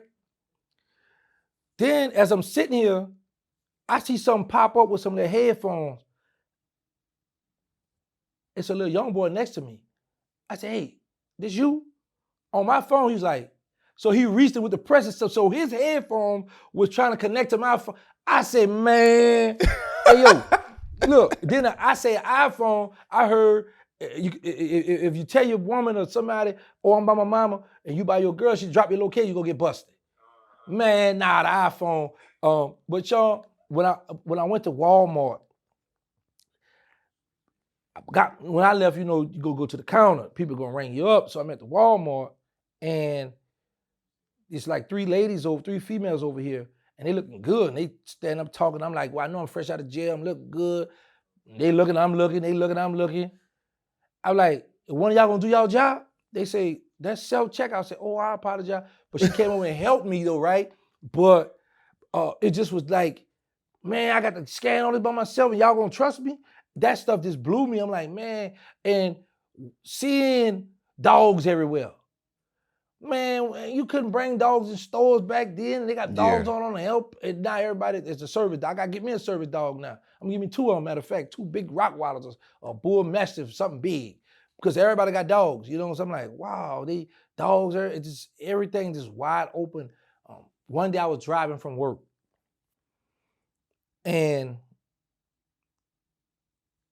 the GPS thing, I was zoned out. Because I used to always pray in this act, like when I would get transferred from prisons, I would be on a bus shackled. I'd be like, man, I wish I get a chance to drive on this highway without these shackles. So this morning I'm driving and the GPS did, I said, whoa. I jumped because I was like, this lady really talking. I was like, how this lady gonna really get me where I gotta go? I said, what if I turn the wrong way? So I turned the wrong way on purpose. And it rerouted me. I say, man, technology stepped up. I say, if a person don't have outside support, they're gonna be lost when they come home, man. But it's been fun for me because I ask people, I might see, hey, how you do? Can you help me? It took me 2 weeks to learn how to text when I first come home. Because I was scared, I was pressed, I was nervous. Nobody taught me how to lock my phone. So I had 3 different women to go in my phone because I'm thinking like prison, bro. I got my phone on this ledge right here chilling, and I'm like, in jail, don't touch my stuff, I ain't gonna touch your stuff. Right, yeah, man, it ain't like that. What? Man, hey, bro, say, and I'm like, the girl wake you up and go to talk about this, I'm like, man, I don't know her when you trip. All the way to the win in my phone. I have a serious look on my face, nah, I don't know nothing about, boy, stop lying, give me the whole rundown, man. So, I guess because when I come home, by my people not embracing me when I come home, I had to fend for myself, which was a good thing because I learned, and now I'm my own boss. But I didn't have no everything been exciting for me because I don't get upset about stuff. If I don't know, I ask somebody for help. I got females to talk to. They start ducking my cards to call them so much. How you download this? How you do it? Because everything is on the phone. Literally everything. You pay your bill, everything. When a person lose their phone, I see how people be. I say, man, their whole life on that phone. Everything on that phone. So it's good for me because now I get to sit home. Prime example. If I'm bored one day, I can take my iPhone and sit home and learn how to work that. That's going to take me some time. So with me, I just like to learn how to do stuff. Let's learn different things. And it'd be exciting for me because it's like technology has really changed. All the cameras everywhere and everybody got their phone out. They filming everything. Man, that's why I be surprised that people still be sliding how they be sliding. I remember when you first came home, it was a big deal. You were all over the internet, and it was a period of time where it was snitch allegations. And as you explained it, it was you really told on your deceased homies, right? So let's talk about that. These bodies that we've been talking about, they gave you an opportunity to admit what you did, confess to everything. You could even put some of what happened on your homies, and y'all could work out a plea deal. No. This is what happened. The murders all state. The only way a feds will pick up a murder if you killed a confidential informant, you killed an agent or something, right? Or the gun you had an investigation, a person was killed there, they could use the body. All my stuff is state, but under the federal law, and this is why I never wanted to correct this, but now you didn't force my hand. Under the federal law, you have 5K1. 5K1 is when you first get locked up, you cooperate with the government, they cut your time at sentencing. Also, you have Rule 35. Rule 35 is once you get sentenced and you get shipped off, you can cooperate later, or you can have somebody on the street to cooperate and help you cut your sentence, cut your time. Under the federal law, it states you can help any law enforcement agency to have your time reduced. So now the problem I had, and all my stuff is public records. A lot of people could have just went on Pacer and seen where the judge was talking about this stuff. What happened was they passed the 2-level reduction in November 1st, 2014. 2-level reduction, everybody who had drug cases. It made retroactive 2015. My co-defendant was granted. It applied to me. The reason why I couldn't get it, because I had an 848 continued criminal enterprise. I was at level 38. But the prosecutor would always say, because whenever they pass laws for us to the Fed to start get our time cut, they would have a discretion to the judge to reduce our sentence. And now the prosecutor get the file. So what the prosecutor would always say, well, Your Honor, yes, he has certificates, he have done all this, but he haven't admitted to these murders. Like I was charged for 2 murders. Well, not charged. I was sentenced to life for 2 homicides, 2 murders in the Fed that I was never indicted, never charged for. They got me and Birdman on the phone talking about the gun. They used that statement, the stuff me and him talked about. They used the dude who wore the white on my co-defendant in the jail. And by me having the leadership role, they gave me a life sentence. Not once, but twice. So wait, not to cut you off. There was a period of time where you were in the feds, you never thought you were going to see the light of day. Yeah. And the reason why, because of this. They hit us with these 2 murders and they use relevant conduct. Under relevant conduct, it means if the feds got you investigated for drugs, if you kill a person or you did something, this is relevant to this case. So it's relevant conduct, right? You get a mandatory life for that body. My co-defendant Blabber played out, he didn't give up his rights. So he filed, he won. They overturned the case in October of 2000. He go back to court. They took 80 months off his 480-month sentence. So I'm like, well, I only have a attempt murder and a gun charge. I don't have a bad state record. So the feds use our state record, give us points for that. So I was like, okay, well, that's going to put me at least 25 years at the most, right? So I was like, okay, I'd be good with that. When I went back to court, the prosecutor, my lawyer, agreed that I should get 30 years. The prosecutor jumped up out of nowhere. Yana, how can we let a man back out on the street that knows about all these homicides, that won't come forward, that won't apologize, that won't let us know nothing about why these murders occurred? So the judge said, you know what? I understand I have the discretion to reduce your sentence, but with that, I'm going to give you life again. So he gave me life twice. Now, I'm like, okay, I had a homicide detective. I had a female to deal with that was in college at Tulane University. She became a DA for the state. So now I done met a few DAs. So I had a guy that I knew. So I had him to call me back, and he gave me the immunity to close a lot of murders. If you look online, you will see where BG and Hot, they did a video saying, oh, he telling on the dead? Where they do that at? And he got the paperwork. So they was upset with me about that, and I understand. So once I seen, okay, once I go over to the state and close all these homicides, now when new laws come out, the prosecutor can't use that against me, these murders over here in the state, because I've closed these cases. So what they did was, whenever you help regular police officers, any law enforcement agency you help, they got to write a letter to the federal government. So now the federal government going to take that, and then they're going to just put it with your other stuff saying, okay, Yana, he did all this here, and because of this, now we feel like it warrants a sentence reduction. But I didn't get my sentence reduction just off the homicides. That was something somebody took and ran with, and I was just like, all right, cool, they want to run with that, let's run with that. That's going to get me some more interview, let's do it. But when Trump came into office in December 18, when he signed for the First Step Act, everybody that was locked up around my time that was bound by the guidelines, we were able to file a motion saying, hey, under extraordinary and compelling circumstances, now that the laws have changed, back then you couldn't give me a mandatory life, or back then you couldn't give me 40 years.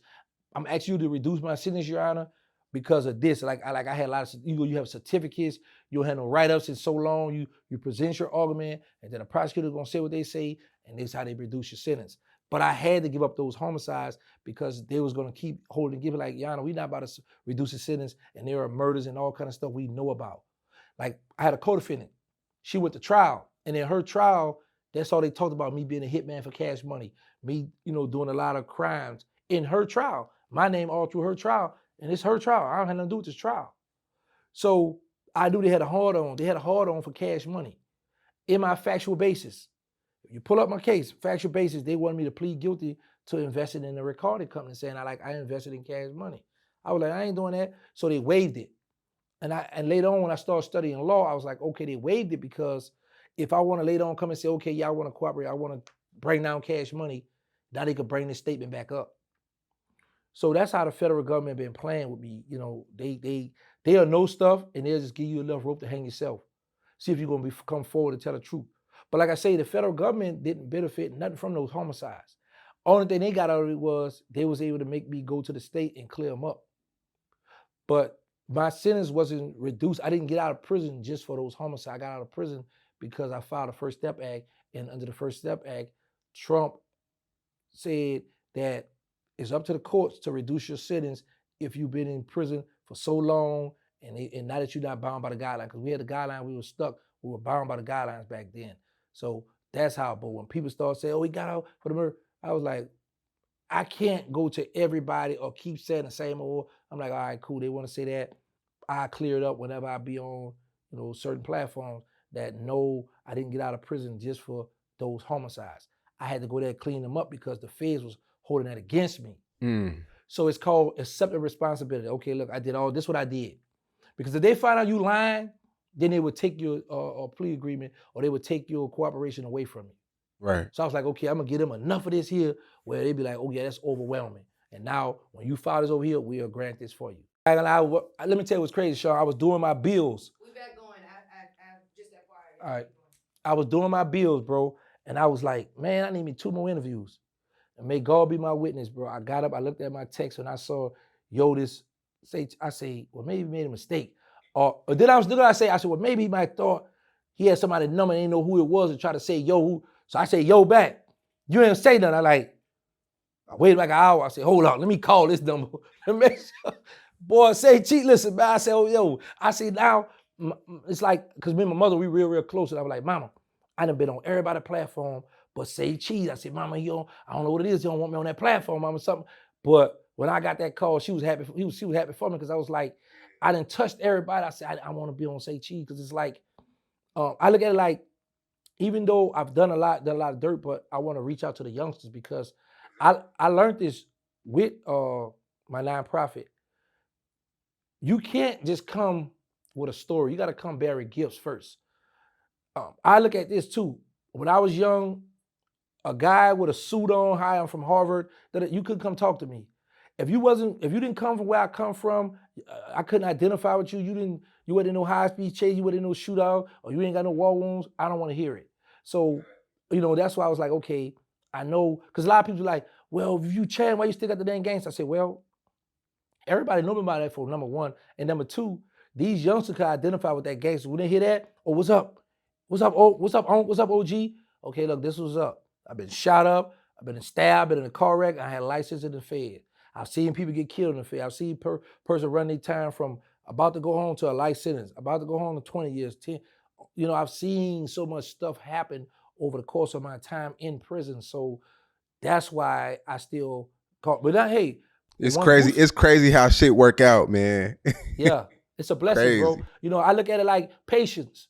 That's what I look at. I look at it, everything, it's done for it's patience, bro. So, and my thing was, I say, man, it's too many of these big platforms hollering at me coming, and I ain't been on Say Cheese yet. Yeah. I said, Sean coming. I said, I'm gonna just sit back and be patient. I said, he coming. And now I'm gonna tell you what, at first I got a little see, it's easy for me to tell a person to be patient when I don't have to be patient. But when it's my turn, I'll be a little impatient. And I remember giving you my number.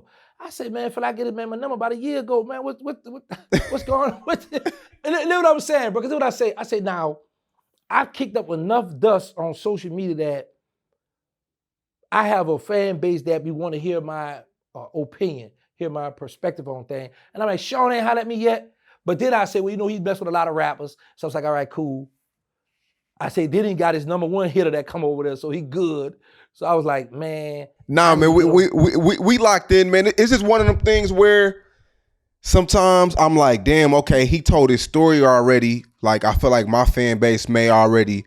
But then, like I told you, when I was playing the video game and the documentary was playing, I'm like, man, I'm going to interview him my way to where it's not the same type of interview. You know what I'm saying? Right.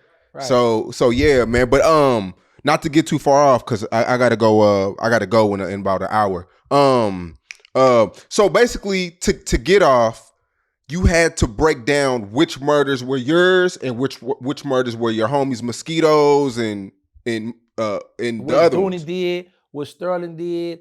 Like, I had to remember, like, the streets, what kind of gun we had, if it was a rainy day. Like, they be want to make sure you're not lying. Like, when you go in so much detail, they be like, either he did it or he had to be there. So that's how the homicide, that's how they do. Because see, a lot of people don't know, murders don't have no statute of limitation.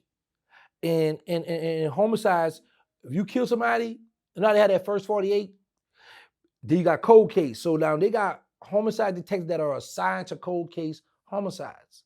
So I was talking to one of them, a female. The man, we had to stop one time because as we talk about homicides, he bring up Birdman and he bring up stuff he heard. I said, listen, man, I don't want to talk about that.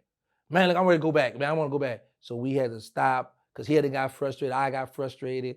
And then we come back and then he'll be like, well, man, we got this one of your friends. You say you love him. Man, you ready to see him locked up or get killed. I'm like, he think he trying to run game on me? Man, so we would bump a little heads, but it worked out because I was able to give him so much. And, I have so much still up here to where I was like, okay, that's enough. That's overwhelming right there. The judge, the probably everybody should be satisfied now because, bro, I had 2 chances. The 2-level reduction. I was only charged with 6 ounces of heroin. So everybody who had a drug case like I had, they was getting their time reduced. With the 6 ounces of heroin, the Fed was carrying like 5 years. You gave me with a life sentence. But what hurt me was the 848, the Kingpin status they charged me with. I was one of the youngest want to be charged. You got other guys, one out of DC, he a legend. Tone, he was charged with it. I think he was 19.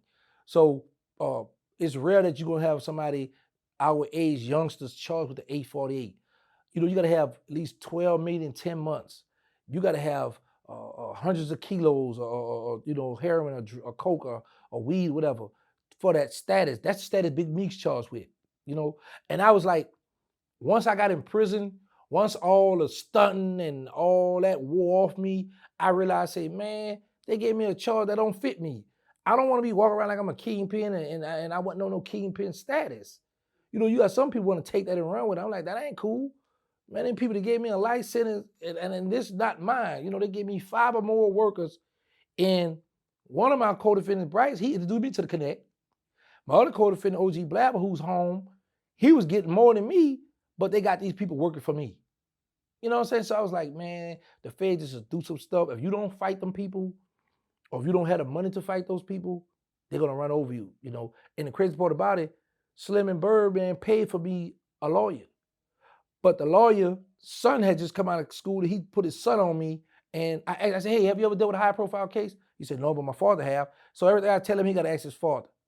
So I had another kingpin from the Calio project that wrote me a letter, and he telling me like, man, I'm writing you because you got an 848 that I was charged with. And man, if I had a son, I would want somebody to reach out to my son. So I'm checking him out. I'm like, man, I don't want to hear that. You got life, boy, beat it. But all the while, he was helping me. And I would show this to my lawyer. He would bring it to the prosecutor. He would come back and say, the prosecutor say, stop trying to be a lawyer. Come on and plead guilty. What? What you mean come plead guilty? Man, I'm telling you, I'm not the boss of this case. All of us with our own, you know, men, where we got our own money. They didn't want to hear that. When he told me, well, when I go out to dinner tonight, I'll run it by her again. I was like, they go to dinner? So I started realizing prosecutors, judges, lawyers, they all go hang out, go play golf, they go drink, eat, and it's just a job for them. They just be giving up different cases, man. So I realized, like, you have to study, you have to read, or like when these dudes out here hustling, they got to put that money to the side, because when you go to jail, you're going to need that support, man. You're going to need attorney fee. Yeah. I remember this was a big deal about a year and a half, 2 years ago, especially with Boosie on going on Vlad. Y'all really weren't seeing eye to eye. He called you a rat. He accused you of a lot of things, said you were messing with punks. And he says, you know, once you rat, you erase all of your accomplishments. I always tell people this. I don't hate Boosie. I'm not mad with Boosie. I don't look in the tunnel vision.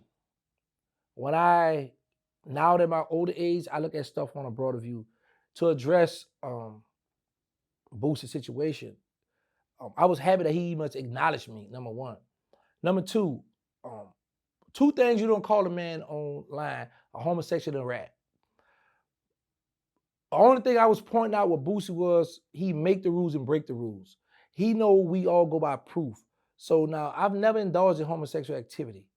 But for him to get up there and proudly say that, he had a big following. So I'm like, bro, either you got to be in prison with me and you saw this yourself, or you eyewitnessed this, or somebody had to have a cell phone and they gave you receipts. So you don't have this, right? I'm like, okay, but he was upset because I had said he was on PC, so that ticked him off. And he said it on me, he said, man, he hurt my feeling when I said it. I said, well, I got to him. But the reason why I am very grateful and I'm thankful and I don't hate Boosie, because he basically kicked my career off, because he could attack anybody. At the time, you know, everybody looked forward to hearing from Boosie. All the street dudes, everybody. So when you got a guy that was really, really in the streets, who Lil Wayne, BG, Juvenile, Turk, Birdman, then rapped about, talking about myself, I'm home now. When Boosie was in Angola, he sent word through a guy out of Houston, yo, tell Game. I said, yo, tell him I was up. And I told the homies in Angola, man, make sure Boosie cool. He all right. He even said on Vlad, man, the people in Angola look up to gangster. They step for gangster. They go for gangster. So now, I always tell people this. People are parrots. Anything somebody say that sound good, people take it and run with it, right? So now you tell a man, now that you're a rat, everything you've done in life, that don't count no more. You got to erase it, right? So I say this. Okay, even if I agree with you on that, just for argument's sake, are you or the rest of the gangsters or the real ones gonna go tell the victim family, brothers, cousins, homeboys, well, he's a rat now, everything he did don't count no more, so leave him alone? Or they gonna go do that? Because I've done a lot of dirt in my time. I've confessed to a lot of homicides. So with that being said, that don't count no more. Because now I'm labeled as a rat, a snitch. So I need all the real ones to let them people know that don't count no more. Everything he did because he's a rat. It don't make sense. People say stuff just to say it because they have a name or voice. You can get out there, right? My thing be, I denounce the streets. I violate. I tarnish my name. Cool. I'm on something different now. So if you want to take away everything I did, cool. But one thing for sure, I always tell people, I should tell Boosie when we was going back and forth. You can hide history, but you can't erase it. I am part of the hot boys that come from me. You know, the rules, Whip B, Birdman, all this at the table. I made those rules. I had these people, youngest one sitting at this table with a bunch of gangsters, money go getters, and I was implementing rules at this table. This is public knowledge. This is something people know about. So for you to say, and for there's a few other people that say that, oh, everything you did, that's erased. All right, fine, I'm cool with that. But damage has been done. It's a known fact I was in them streets. It's a known fact when I was stepping.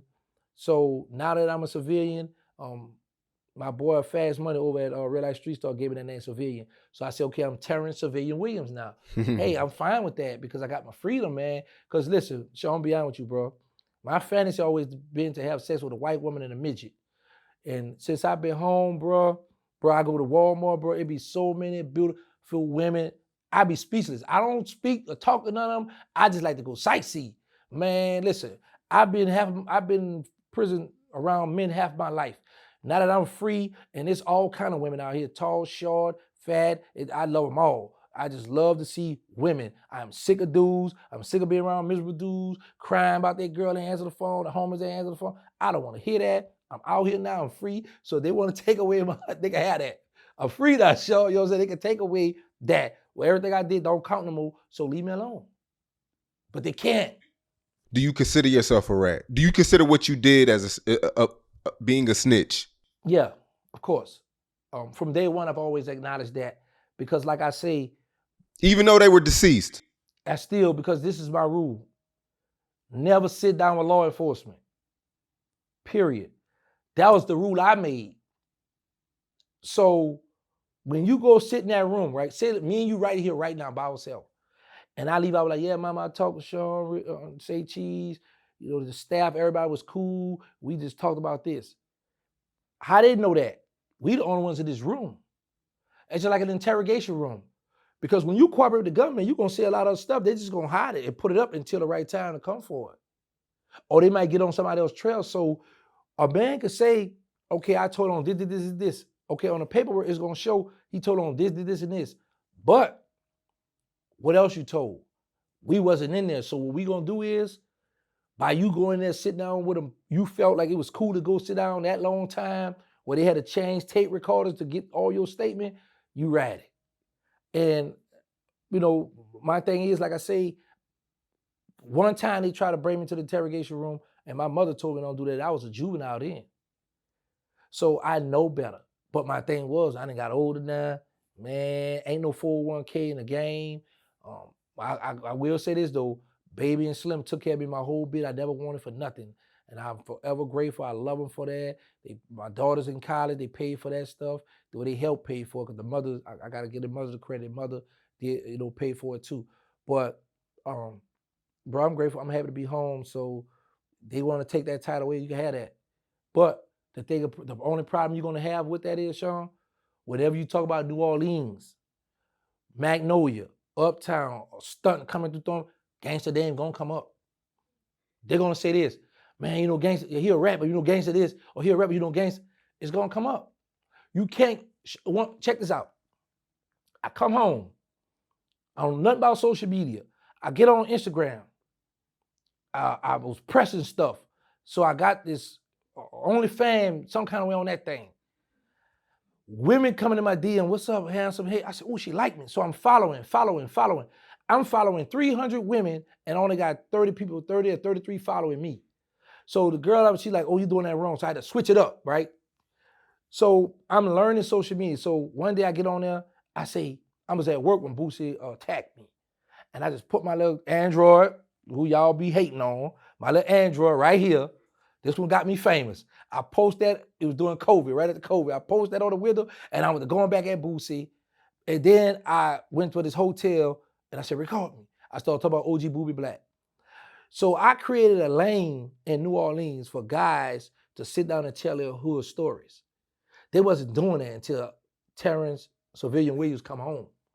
So I always say, you call me a rat, you call me soft, lame, whatever you want to call me, but you follow my blueprint.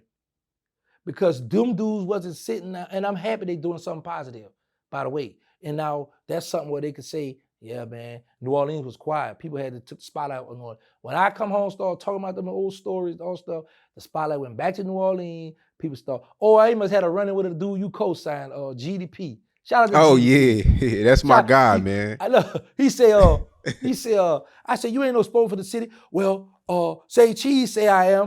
What? Yo, shout out to GDP, man. Me and GDP real tight now, man. But, he did tell me about that. He hit me about that. Yeah, man. I've had some run-in with her. And here's the thing, Sean. The run-ins I have, it be with youngsters, people that was on a porch when I was on the streets, people that I'd be like, man, what? But I'd be like, okay, you want entertainment? Let's go. But I know how far to go with it. Because let me show you something. The brother, he the oldest Paru member. Abdullah, he gonna be mad with me. You know the oldest brother, the brother, he's a Nation of Islam, but he active Paru member. Abdullah Shakur, Abdullah. So he be on Boss Talk a lot, but him and I had a run-in, right? Because I was disagreeing with what he was pushing. So he came at me. Then I thought about it. I said, man, this man old enough to be my father, right? In Milwaukee, last week, they honored me. They got a reform felon ball where they gave me a certificate for being home, staying out of trouble, and a trophy. Shout out to Pimp and Ken and Michi. While I'm in this ball, bro, I'm sitting down, right? The brother walk up on the stage right in front of me. Now just imagine I would have been disrespectful, going off on him. I didn't even know this brother was gonna be there. So he could have had a trap set up for me. Because I'm in Milwaukee, I don't have a stick pin. This brother walked up on that stage and he looked at me. And I looked at him, we just hugged. And I was like, that goes to show my thinking. Because I know I was a gangster in the streets. I don't have to be disrespectful on the internet. But that's how I got the name Mr. Answer Right Back. Because when people attack me, I go back. And it just helped me with my views and helped me. I was like, oh, so I was doing so good on that show. I quit my job last year. September, I quit. I said, man, I'm okay on YouTube. I quit. So, but yeah, bro, I agree that's snitching. Yeah. Now it's this big misconception too that Birdman, y'all don't really speak. Yeah, he's mad with me about that. He's mad with me about that. Because when I made the rule and I made that rule, don't talk to them people looking at him, I thought he was gonna be the weak link.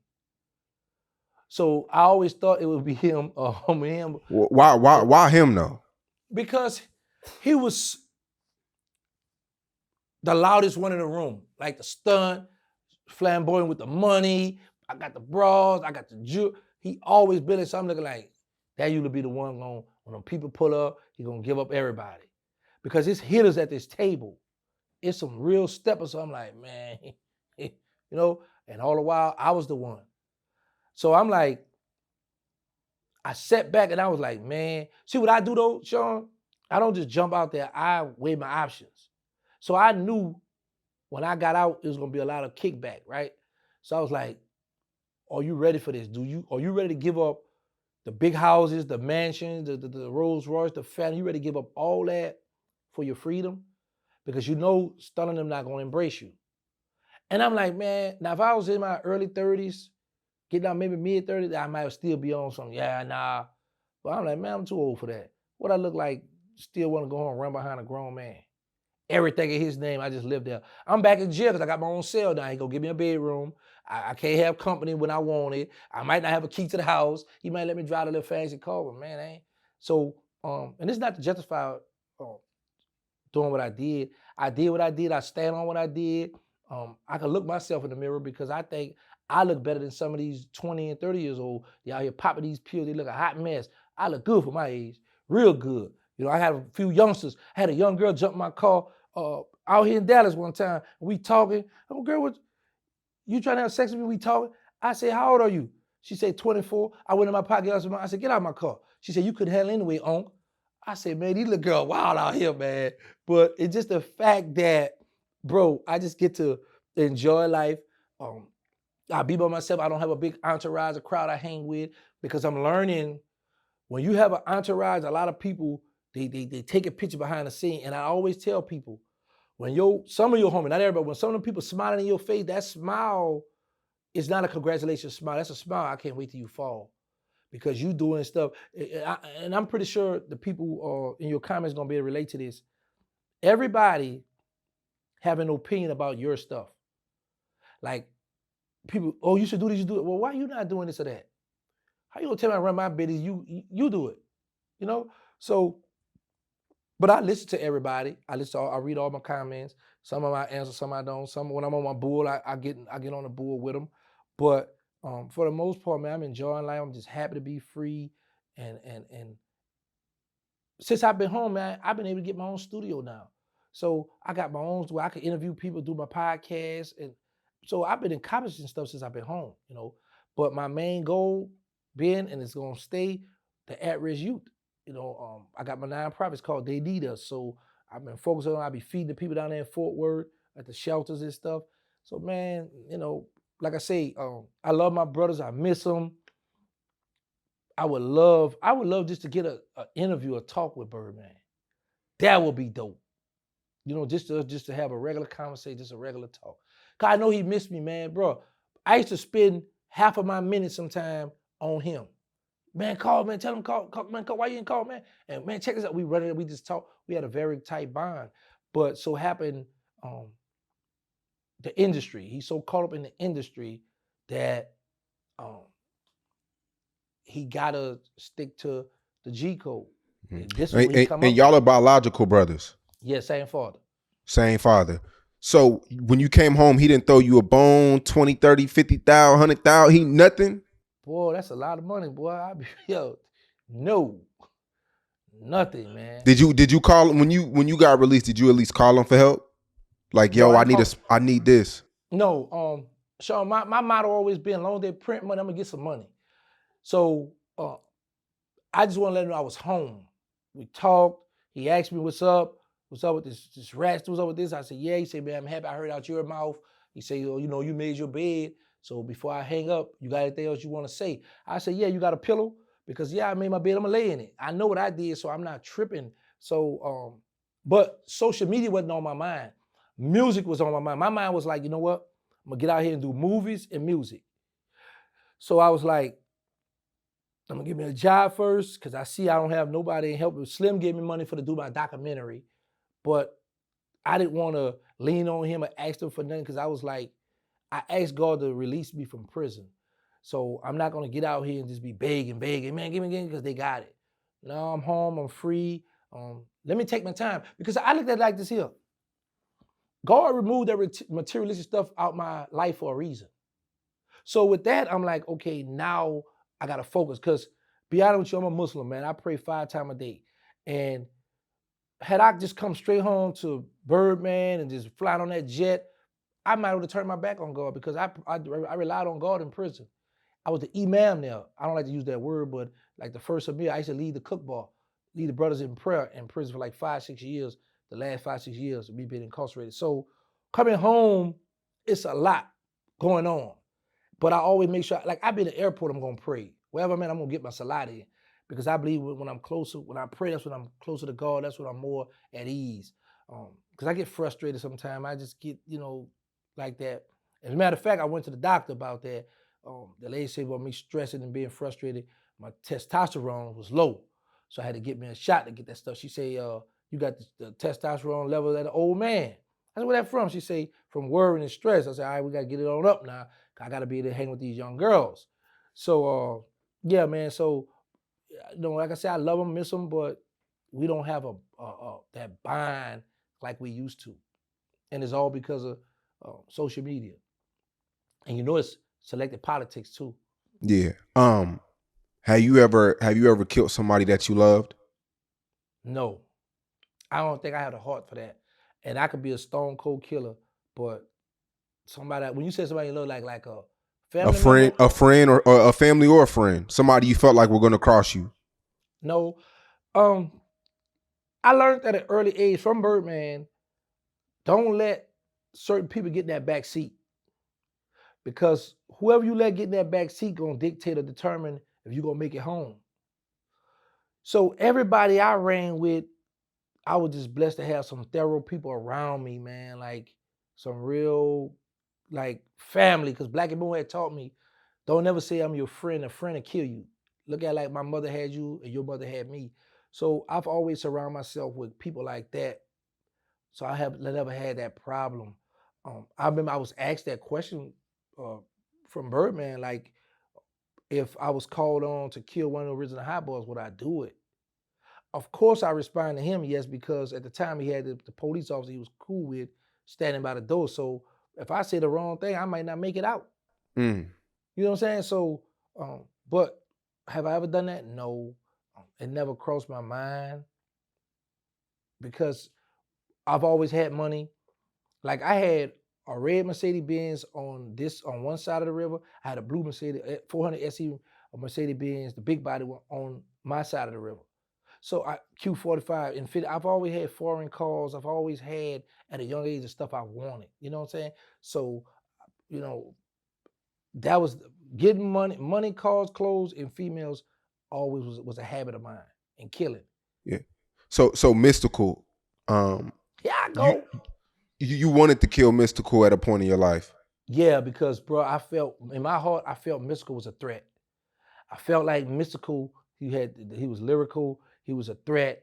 And when we had that meeting, me, Baby Earl, us going back and forth, I came up with the idea. Slim was the one say no. We ain't nobody getting killed. I believe in my rappers. I believe in BG them all. We gonna let them do what they do. My mind was, boy, that boy he is a threat. He's lyrical.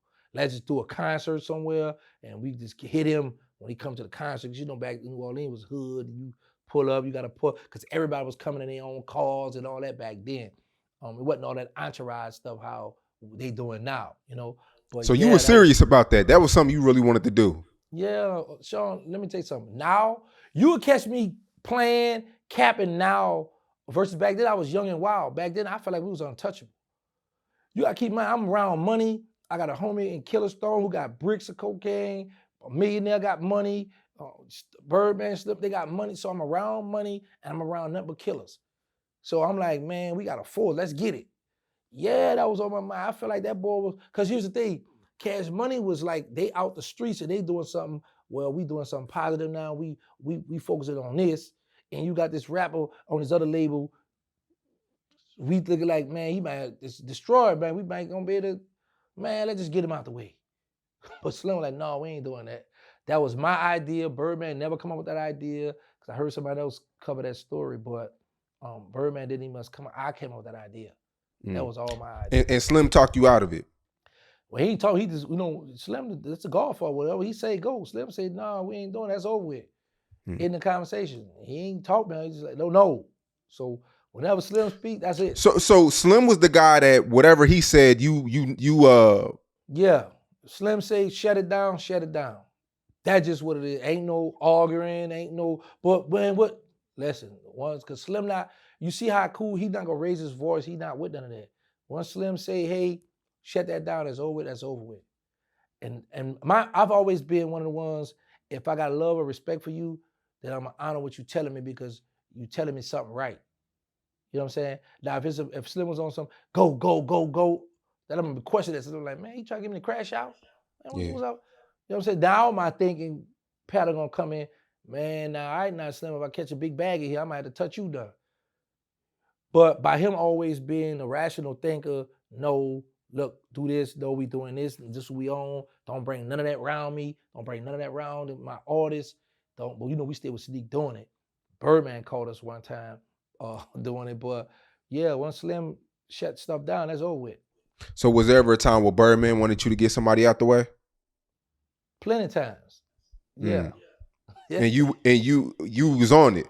Yes. Let me tell you something. I just spoke about that, right? When I was young, Bird come got me, right?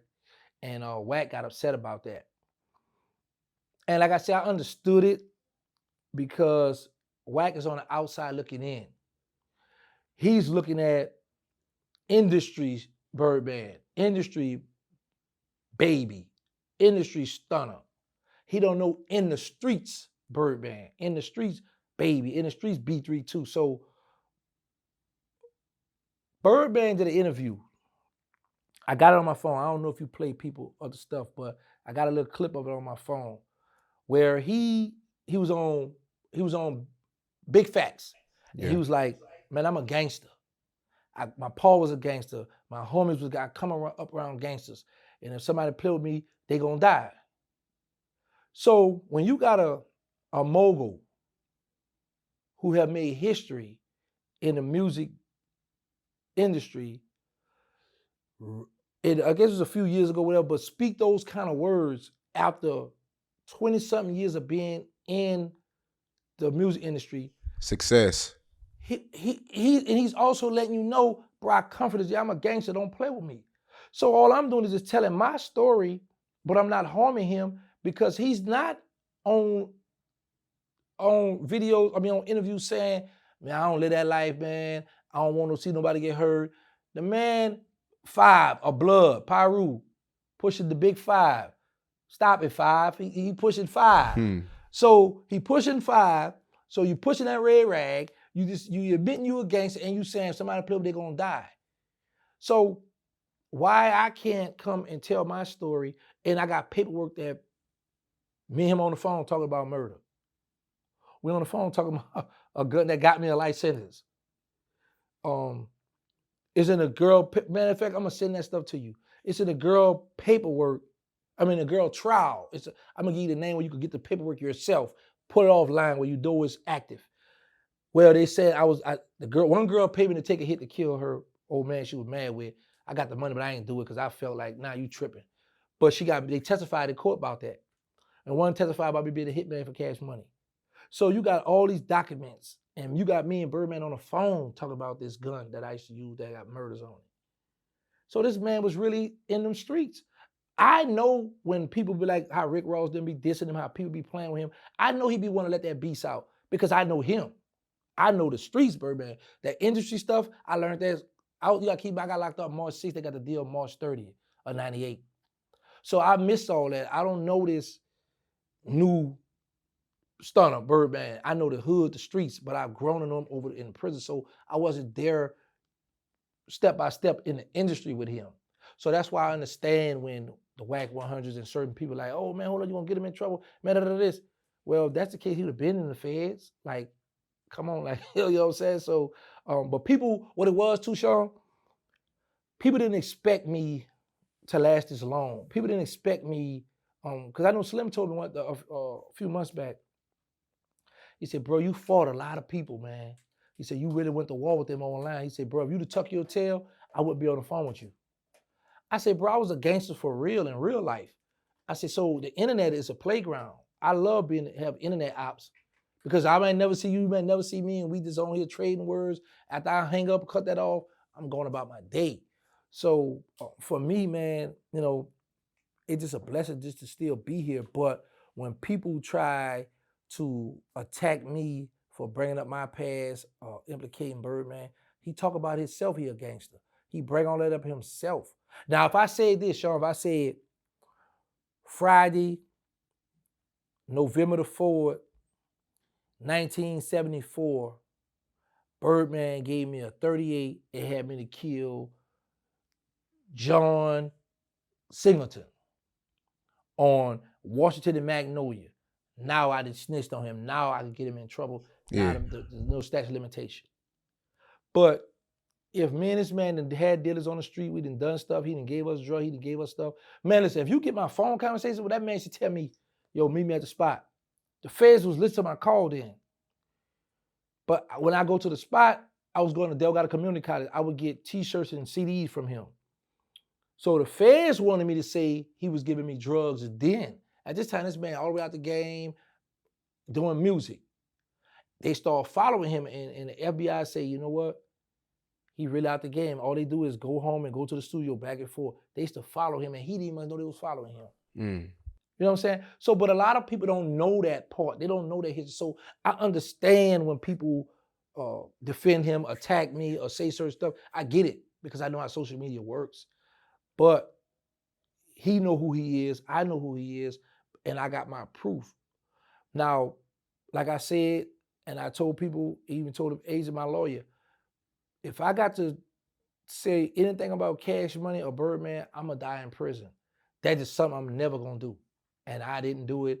And I just thank God I made it out without having to ruin their lives. But since I've been incarcerated, people were doing videos, doing documentaries, doing stories on my life. Now I'm home, I'm correcting, I'm telling my story, they mad. Now, if I was in the street, Sean, trying to sell kilos again and got a group of little youngsters, I guess that would be cool. Oh, he back. Oh, hey, he back. Y'all, he ratted, but he got the work. Oh, hey, look it out for people. Because I know a lot of dudes that tell when they go back to the hood, as long as they got the work, showing love, they don't do nothing to them. This stuff is just crazy out here, right? But I done found the lane where I can make me some honest money. That's a problem. So it's a problem because I done found the lane where I'm comfortable with and I can get an honest buck. I'm still wrong. But if I was pushing that, man, look, give me that switch. Boy, yeah, that thing there, nice. No, get this gun. Look, spin on him, man. Y'all gonna let that, if I was on the line instigating a lot of the murders and y'all better spin back, boy. When the hot boy was out, boy, we was doing this, they'll love that. Yeah. They'll love that negativity. What was the difference between Slim and Birdman? Because Night Slim, and day. he wasn't in the streets, right? Slim? Slim was in the streets at one time. Yeah, Slim, an old gangster.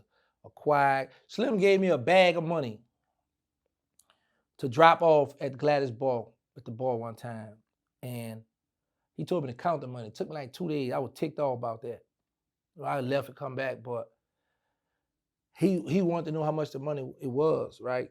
So when I finished, but there was a paper at the bottom of the money saying how much the money. I said, man, $500,000 now you? He said, I know. He said, but there was a test. He said, I said, what if I ran? He said, bro, it was cheaper to have you killed.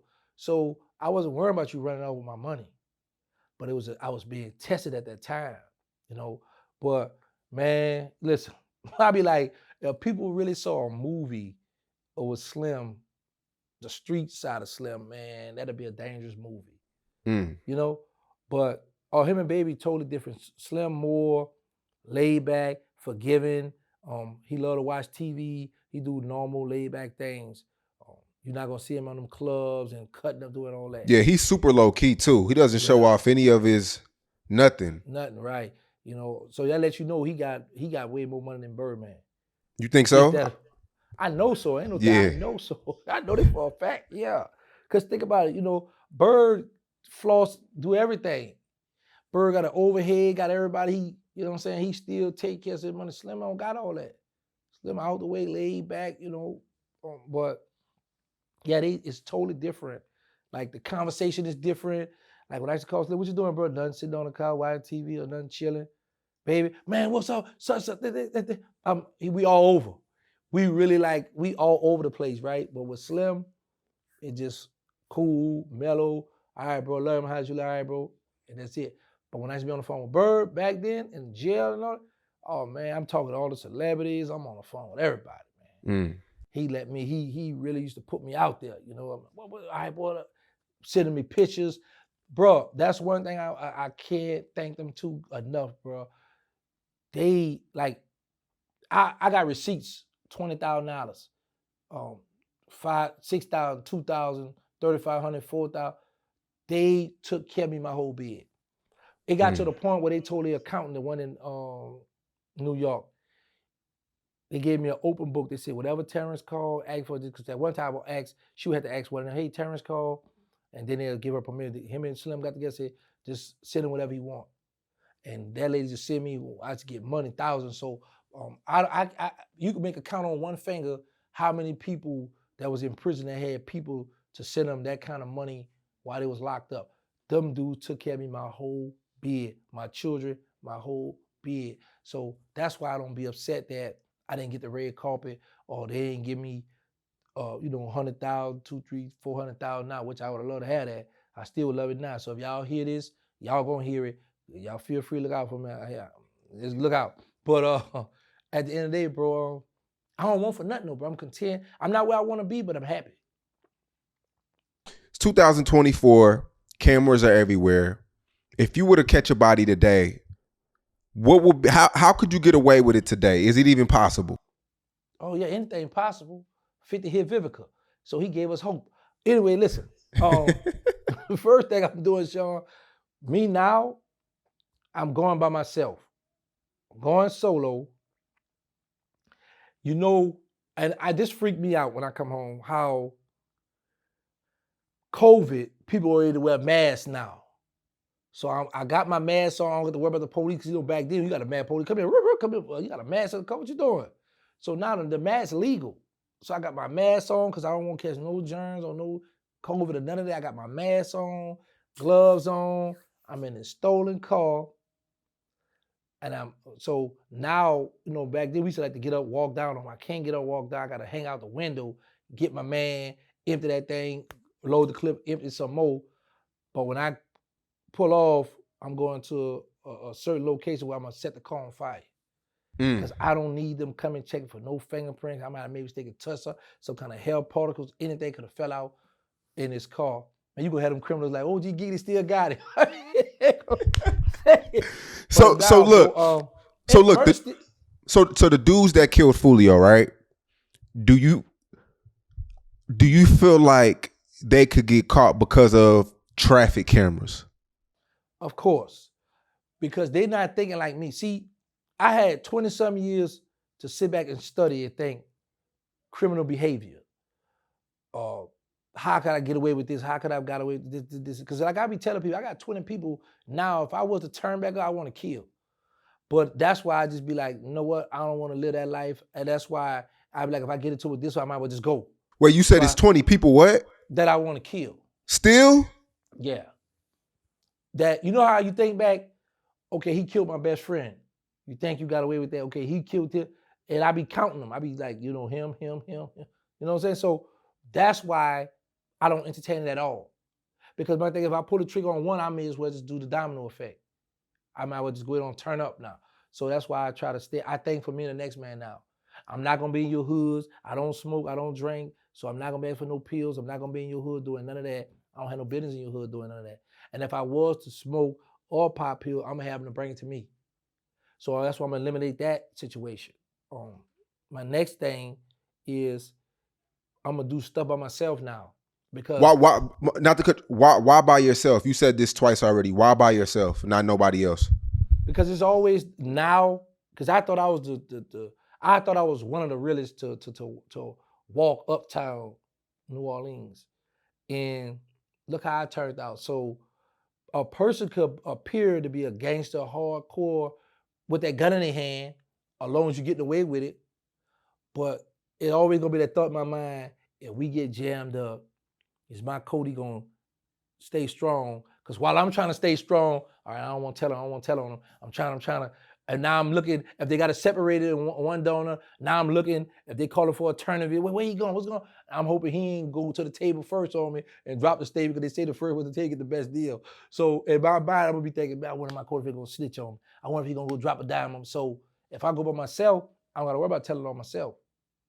Because this is the problem, this is how people getting caught now. When they slide to get away with it, they gotta tell somebody. Yeah, that was me that put that word. That was us that did that. Yeah, or they going to the internet with it. So that's how they getting caught now. Me at this old age, my thing is I'm gonna slide solo, put that work in, and I'm gonna slide on out the way. And I ain't gotta worry about it. I'm not gonna tell myself I did that. Myself already know that. You know what I'm saying? So that's the problem they got today. Social media. They gotta jump on there and brag. Why? Okay, you said that you would get a rental car, but regardless of what car you in, the traffic cameras could still follow your whereabouts though, right? Yeah, but here's the thing, because I put all that together too. Because like when I be riding in Dallas, when I be going service, I see them tolls, I be seeing certain stuff. But then you got them service road and them back streets. So you gonna be on you got me talking criminal behavior now. But bro, you got these back streets you No, hit. we're just talking hypothetical. Right. So I'm gonna hit back streets. I'm going all back streets. All like yesterday, I was going somewhere and the GPS rider put me on a back road. I was like, what the world is this? But it brought me around. I was like, oh, okay, I've been here before. But I had went to the scenic route, the highway route. But this one time it brought me through like a little country town, like with grass and stuff looked like. I was like, man, but it brought me on this little narrow road. So there are spots where little cameras not at. And me, the type of person, I'm like this. Now with all these cameras, like you said, all that, and some of them things don't be working too, but I'm gonna make sure I'm masked up for number one, because it's COVID. I'm gonna stick to my COVID thing. And number two is I'm gonna get a stolen car. Right, but you got tattoos. So would you cover? Are you going to cover I up? got What my are you going to long wear? sleeve. I'm never going shot calling hot boy. No, indeed. But I'm gonna have my long sleeve on. I'm all black or whatever, but I'm gonna have on everything. I'm covered up. That's why I just told you. That's why I'm gonna burn the car, because even sometimes your hair, certain stuff come out. You know how them people be dusted for stuff. I just watch some of the stuff in TV in jails. I be like, man, he almost got away with it, but he did. Yeah, so getting away with a crime where it seemed hard, it's easy too, because you got to keep in mind, majority of the crime that they crack it be the counterfeit of somebody been and told them. Yeah. This is what happened. This is how. They be so excited they got away with it. Like, so how did you guys do that? Well, this is how we did this. We had this truck here. When we split the corner, we jumped out of this truck and jumped in this truck and went back this way. So I be like, wow, this stuff crazy. So I hope I don't never have to do that, because right now I've been in a good space. But I promise you, Sean, like, getting up 3, 4 in the morning is like one of the best times, to go. It's easy to, if I wanted to really live the life of crime, I could. But I know in my mind, I just be so scared that they got a bed waiting on me. I know they'll lose me. They will literally lose you, hide you in a federal system. I don't never want to go through that again. So that's why I always just stay in my own lane. I think from in the next man, and I just be enjoying life, because I know that, I might get away with it. I might get away with tomorrow, today, but eventually, if I keep living that life of crime, something gonna catch up with me. Yeah. Definitely got to bring you back next month, man. This is a classic. I still got like 30, 40 questions to ask you. I mean, your story is amazing. People are embedded in your story. They're obsessed with your story. They fiend for your story. Definitely got to bring you back, man. I'm speechless still. Last thing though, when's the last time you've been back to New Orleans? And when you're in New Orleans, do you look over your shoulder? All right. Once I had got resentenced, this was the longest 30 days of my bid, because the judge did this. He reduced my life sentence and gave me 27 years, right? 300-something months. He said, but I'm going to put it on hold for 30 days. He gave the prosecutor 30 days to contact the victim's family that I had the life for. Now, mind you, I never went to trial. I was never indicted or charged for these homicides. So technically speaking, there shouldn't have been no victim impact statement. The victim's family shouldn't have been allowed to be about sentencing or even have a 2 cents in my sentencing. The prosecutor said, well, Your Honor, due to this is a closed hearing, by law, there should be no statement in it, but since you allowed it, thank you. I said, hold on, they make the law and break the law? So I had to wait 30 more days for the prosecutor to try to contact victim family. And they give a statement. So now what happens is the judge could have changed, because the prosecutor wanted me with 40 years. So the judge could have changed his mind and say, well, due to all of this, the people being traumatized, they say this, Instead of me giving you them 27 years I gave you, I'm gonna change that and give you the 40 that the prosecutor asked for. That, bro, that's what drove me, right? So I tell my case, I say, hey, I said, I'm gonna be getting out. I said, I don't wanna go back to New Orleans. I wanna relocate to Texas. She said, well, I'm about to go on vacation, but you're gonna be all right. I said, what if they give me immediate release? You're gonna be all right. Somebody gonna be here. Don't worry, you're not going back to New Orleans. All right. That day, I went to the records. The man I gave my paperwork to send to Grant, because Grand Prairie, Texas, that's where they calculate our time for the Fed. The guy that worked in the records up there in the prison I was in, last year, he had relocated to Fort Worth. He committed suicide. I was like, what? But anyway, they immediately released me, man. I went straight. I was so anxious to get back, right? I called my mom. I said, Mama, y'all gotta come get me. This bus ride taking too long. I jumped off the bus at Pensacola. Go to this gas station. I said 18 I said, hey, can I use your phone? The man said, no. I said, all right, my bad. I walk off. I walk back to the front. Mind you, I got a t-shirt on, some gray sweatpants, cold as I don't know what. And I understood it. I said, well, people rob people, do all kind of stuff to people at this gas station is closed. Him and I the only two here. So he got ready to pull off before he got on the highway. He said, hey, come here. He said, he gave me a package. He said, put this on your body, it's gonna keep you warm. He said, put this on your hands, it's gonna keep your hand warm. So I'm like, man, he got COVID out here, man, might be trying to give me something. I ain't about to put all this on my body, touch.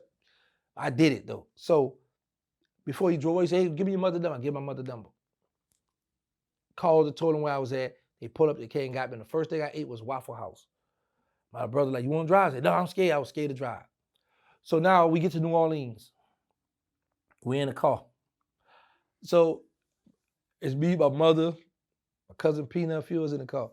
Every time a car come, I'm looking like, my mother say, Terrence. She say, cars are gonna go the way we going. Cars are gonna turn like we turning, baby. Stop. I said, Mama, yeah, I just don't feel. Because I had, like when I went into certain neighborhoods, I saw this little young boy with stuff sticking out their shirt and things had changed. So I'm like, man, what if somebody find I'm home now? I don't have no gun on me. That's when it hit. My brother took a family picture. It was my mother's first time having all her sons home together. That boy posted on Facebook. Man, when I tell you so many of my little cousins started coming to their house, and they were young when I left it, but they grown, they older now, and they got guns. So in my mind, I'm like, boy, I got a little army in here. I said, man, I might could take over up there. I might could go back and give me another run. That's how fast the devil worked, bro. Cause I got all my little cousins in here, and I know they family because they look like my older cousin. I'm like, oh, this must be her son. And I know they because my mother letting them in, and they coming in, and my other cousin who thinks she my mother now, she not gonna let nobody just come around me. So I'm like, oh, this family right here, all my blood, but all of them got guns, all kind of little things. They up at them like, yeah, cuz I'm looking at them like, man. I say, man, I got a little army here. But then I said, bro, you just did 23 years, 10 months. Stop thinking stupid. I shook out of that. Then my cousin, he gonna be mad with me about this. He was uneasy. He felt some type of way that my brother had posted that picture. So he was like, cuz, come on, stay by me. Now, back in the day when we were young, you ever had somebody you know that used to pee in the bed and that bedroom smell like pee when you go in there? I was just traumatized from that. So that man telling me, man, come on, cuz, come on my house. Now, mind you, we grown men now, but I'm like, in my mind, I'm still thinking about back in the day by your house. Nah, I don't want to go to your house. That's what I'm thinking, right? Cuz we're going to do is like 3 of them, come on, I go to this house. That was the best move I made too, because I went there, got the L-shaped sofa. He had a big old screen. I said, cuz, you living good in this thing upstairs. I said, man, my cuz, you balling. Smell good, no pee smell. You know what I'm saying? So I was like, okay, cuz, balling. Because, his little brother, I don't want to say his name, but his little brother just pee in the bed. So anyway, I passed the Magnolia. I was so hurt, depressed that they had totem bricks down. I was like, man, I almost want to go down there, man. We were straight up Claiborne. I kept going. But yeah, bro, I was nervous. And the crazy part about it, too many people didn't know I was home. I just was, because I felt like my city, it looked like The Walking Dead. It just looked like death. And I'm like, the crazy part about it, things have changed. I don't have the connects. I don't have the pool. I don't have the fear, the like, the people scared of, the favorites, it's not in my favor. Somebody else got it now. And I know better. I know I can't go back in this hood saying I'm back. Them the youngsters gonna park me. So before that, you know what? I'm out of here.